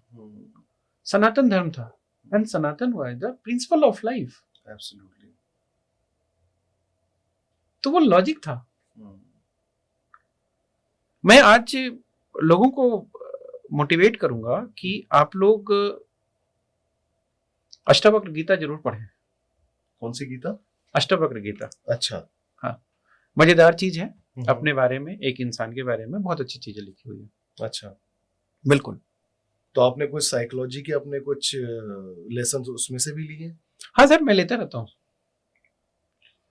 आज मैंने जो बोला उसमें बहुत सारी चीजें हमारी स्पिरिचुअल से जुड़ी हुई है। है ना। तो वहां से बहुत अच्छे अच्छे एग्जाम्पल्स आते हैं। ओके, है ना। मुझे तो लगता है कि बहुत सारे जो हमारे पास कहानियां हैं धर्म के, वो सिर्फ एक एग्जाम्पल देने के लिए था। अच्छा, हाँ, मैं नहीं बोलूंगा। ओके, बट हाँ, ये सिर्फ एग्जाम्पल देने के लिए था कि हम कैसे किसी स्टूडेंट को कैसे पढ़ाएंगे, तो एग्जाम्पल बताया। ओके एक ये था ऐसे ऐसे करके कर दिया। ओके ओके ओके ठीक है ना, तो ठीक है, ये सारी चीजें तो चलते रहती है। तो सर एक गोल्डन रूल फाइनली मैं पूछूंगा आपसे, जो कि एक स्टूडेंट को, और हाँ सर एक और मेरा क्वेश्चन जो बीच में, मतलब इतनी बढ़िया बातों के बीच में वो भी हो गया, जैसे अभी नीट की परीक्षा के जो लीक हुआ था, जो अगर ऐसा कोई बच्चा, जैसे मैं ही हूँ, मैं ही तैयारी कर रहा हूँ, मैं पिछले, और नीट की तैयारी ऐसी नहीं होती कि जो बच्चा 1-2 महीने से कर रहा हो, वो कई बार साल की होती है, कई बार 2 साल की होती है, कई बार ड्रॉप भी करके कर रहे होते हैं। बिल्कुल सर, और बहुत लंबी तैयारी होती है, उसमें सिर्फ बच्चे की नहीं होती, माँ बाप की तैयारी भी होती है, बहुत बहुत जबरदस्त तैयारी होती है बहुत। और ऐसे में अगर ये नीट लीक्स जैसी चीजें, जो हमारी गवर्नमेंट का शॉर्टफॉल है, अब जो भी है, जो शॉर्टफॉल तो सिस्टम का है ही हमारा, तो ऐसे में उससे डील कैसे करेगा, माँ बाप कैसे डील करें, और सर ये जो जरूरी तो बच्चे का डील करना पहले बहुत बहुत इंपॉर्टेंट है सर। मैंने भी इससे सफर किया है, आई एम श्योर किया होगा, है ना। तब तो और बहुत ज्यादा होता था सर, है ना। सो बहुत ही स्ट्रगलिंग पीरियड होता है वो, जब आपका पेपर आप दे के आए और पता चला कि लीक हो गया, आप टूट जाते हो बिल्कुल ना। आपका एक पढ़ने का स्पीड होता है, एक पेस होता है कि हमें इस दिन तक ये पढ़ के ये कर लेना है। माइंड उसी तरह से आपका फास्ट काम करना शुरू करते हैं, है ना। आप अडेप्ट कर लेते हो ऐसा। और जब एक पेस एकदम टूट जाता है ना, तो उस पेस पे आना बहुत मुश्किल है ना। अब 1 महीना बाद भी एग्जाम देना पड़ेगा, तो बहुत सारी ऐसी चीजें जो शॉर्ट मेमोरी में हम काम करते हैं, और पेस उस तरह से आया नहीं, तो हमारा परफॉर्मेंस ऑफ कोर्स खराब होगा। एक फ्लो बना हुआ था, वो टूटेगा सर, है ना। और अच्छे स्टूडेंट्स के साथ ऐसा होता है कि वो एकदम पीक पे रहता है परफॉर्मेंस वाला, वो टूटा तो शायद वो फिर से पीक नहीं आ पाएगा उसका, उसको बहुत रोना आता है सर, है ना, बर्बाद भी हो सकता है। तो how to deal with that? अब इसमें यही है कि पेरेंट्स को support system, parental support system होना चाहिए। टीचर्स बहुत हेल्प करते हैं इसमें, है ना, क्योंकि उनके साथ डायरेक्ट कांटेक्ट में रहता है जी। फ्रेंड्स हो जाते हैं जनरली। अभी तक तो जैसे इस नीट के बाद तो मेरे पास तो कोई नहीं आया है। अच्छा, तो थोड़ी नहीं आया है, थोड़ा दूर हो जाता है, लोग लेना भी नहीं चाहते हैं कि चलो अभी तो क्या हम हेल्प लें। लेकिन ऑफ कोर्स अगर कोई सफर कर रहा है बहुत ज्यादा, तो एक सेशंस में, जरूरी नहीं कि दवाई ही हो, साइकोलॉजिस्ट के साथ अगर कंसल्ट भी करे तो शायद कुछ अच्छा सा रिजल्ट आए, है ना। But really, this is very, very painful for both students as well as the parents. है ना, ये नहीं होना चाहिए, ये बिल्कुल नहीं होना चाहिए। सर एक गोल्डन और थंब रूल आपकी तरफ से बच्चे के लिए या फिर एक सोसाइटी के लिए जी, कि अगर आपके, क्योंकि स्ट्रेस का माहौल चारों तरफ है ही सर, बिल्कुल, और वो रहेगा जी बिल्कुल। ये एक कहते हैं कि एक पेंडेमिक है, जो सबसे बड़ा पेंडेमिक शायद यही होगा पूरी दुनिया। हाँ sir, this is a new pandemic. Yes absolutely, मैं खुद भी मानता हूँ सर जी। तो एक थंब रूल या एक गोल्डन रूल आपकी तरफ से कि how to deal with it in professional life, as a child's life, as a parent's life, whatever, जो एक थंब रूल हो कि जिसको कोई भी फॉलो करके उससे, इस चीज से फॉर अ टाइम बिंग तो एटलीस्ट बाहर निकल ही जाए। एंजाइटी या depression, absolutely sir, stress, anxiety, depression, whatever जी। प्रॉब्लम एक ही है, बहुत सारे नाम है इसके, बट प्रॉब्लम एक्नॉलेज करना, मतलब एक्सेप्ट करना प्रॉब्लम्स। ओके, जब आप एक्सेप्ट करते हैं ना प्रॉब्लम्स को, तभी आपका 50% सॉल्यूशन हो जाता है। ओके, है ना। ओके, और उसके बाद अकॉर्डिंगली आप हेल्प लीजिए, ओके, जहां से भी। ठीक है। अच्छा, एक मेरे तरफ से एडवाइस होगा उन बच्चों के लिए जो अब कॉलेज जा रहे हैं, है ना। सबसे आप सब कुछ करो, बहुत सारी चीजें करने के लिए है, बहुत सारी चीजें छोड़ने के लिए, बट एक चीज पे बहुत गौर करने वाली बात है, नशा से दूर रहना। एग्जैक्टली, एडिक्शन नहीं, बस एक सिंपल रिक्वेस्ट ये है, से नो टू ड्रग्स। एग्जैक्टली, से नो टू ड्रग्स और अल्कोहल और any kind of substance. Absolutely, absolutely, ये आपको और ज्यादा धकेलेगा इन सब चीजों की तरफ। बिल्कुल। और पेरेंट्स को हंसते हंसते विदा करना चाहिए, और ये कि जा बेटा, तुम्हारी जिंदगी तुम्हारे सामने खड़ा है, मैं हमेशा सपोर्ट करता रहूंगा, और आप अपनी लाइफ में जो कुछ करना है, बिल्कुल मैं तुम्हारे साथ हूँ, बिल्कुल, एज ए सपोर्ट सिस्टम, एक मजबूत पिलर की तरह। बिल्कुल है एज ना? अ लाइट मोमेंट में बोलूं तो दिल वाले दुल्हनिया ले जाएंगे का डायलॉग लास्ट का, जा सिमरन जा, जी ले अपनी जिंदगी। जी ले जिंदगी, एग्जैक्टली, है ना? ओके। तो these are the important thing जो हम कुछ बिल्कुल सर, कर सकते हैं। बिल्कुल। Thank you sir, thanks a lot आपका टाइम देने के लिए, और थैंक यू आपने हमारा एपिसोड यहाँ तक देखा। Thanks a lot. Next episode में आपके क्या सजेशंस हैं प्लीज हमें आप कमेंट करिए, और आप किस तरह का वीडियो देखना चाहते हैं, किस तरह का कंटेंट देखना चाहते हैं, प्लीज हमसे कमेंट में आप शेयर करिए, and please like and subscribe our channel. Thank you, thanks a lot, thank you. मैं भी कुछ बोल देना चाहता हूँ। बिल्कुल सर, बिल्कुल बोलिए। बिल्कुल, कि आप जो भी टॉपिक सजेस्ट करेंगे, कुछ आपके जो मनपसंद इस तरह का टॉपिक्स हैं वो आप देंगे, हम लोग उस पर मेहनत करेंगे, उस पर हम कुछ रिसर्च करके आपके सामने जरूर लाएंगे।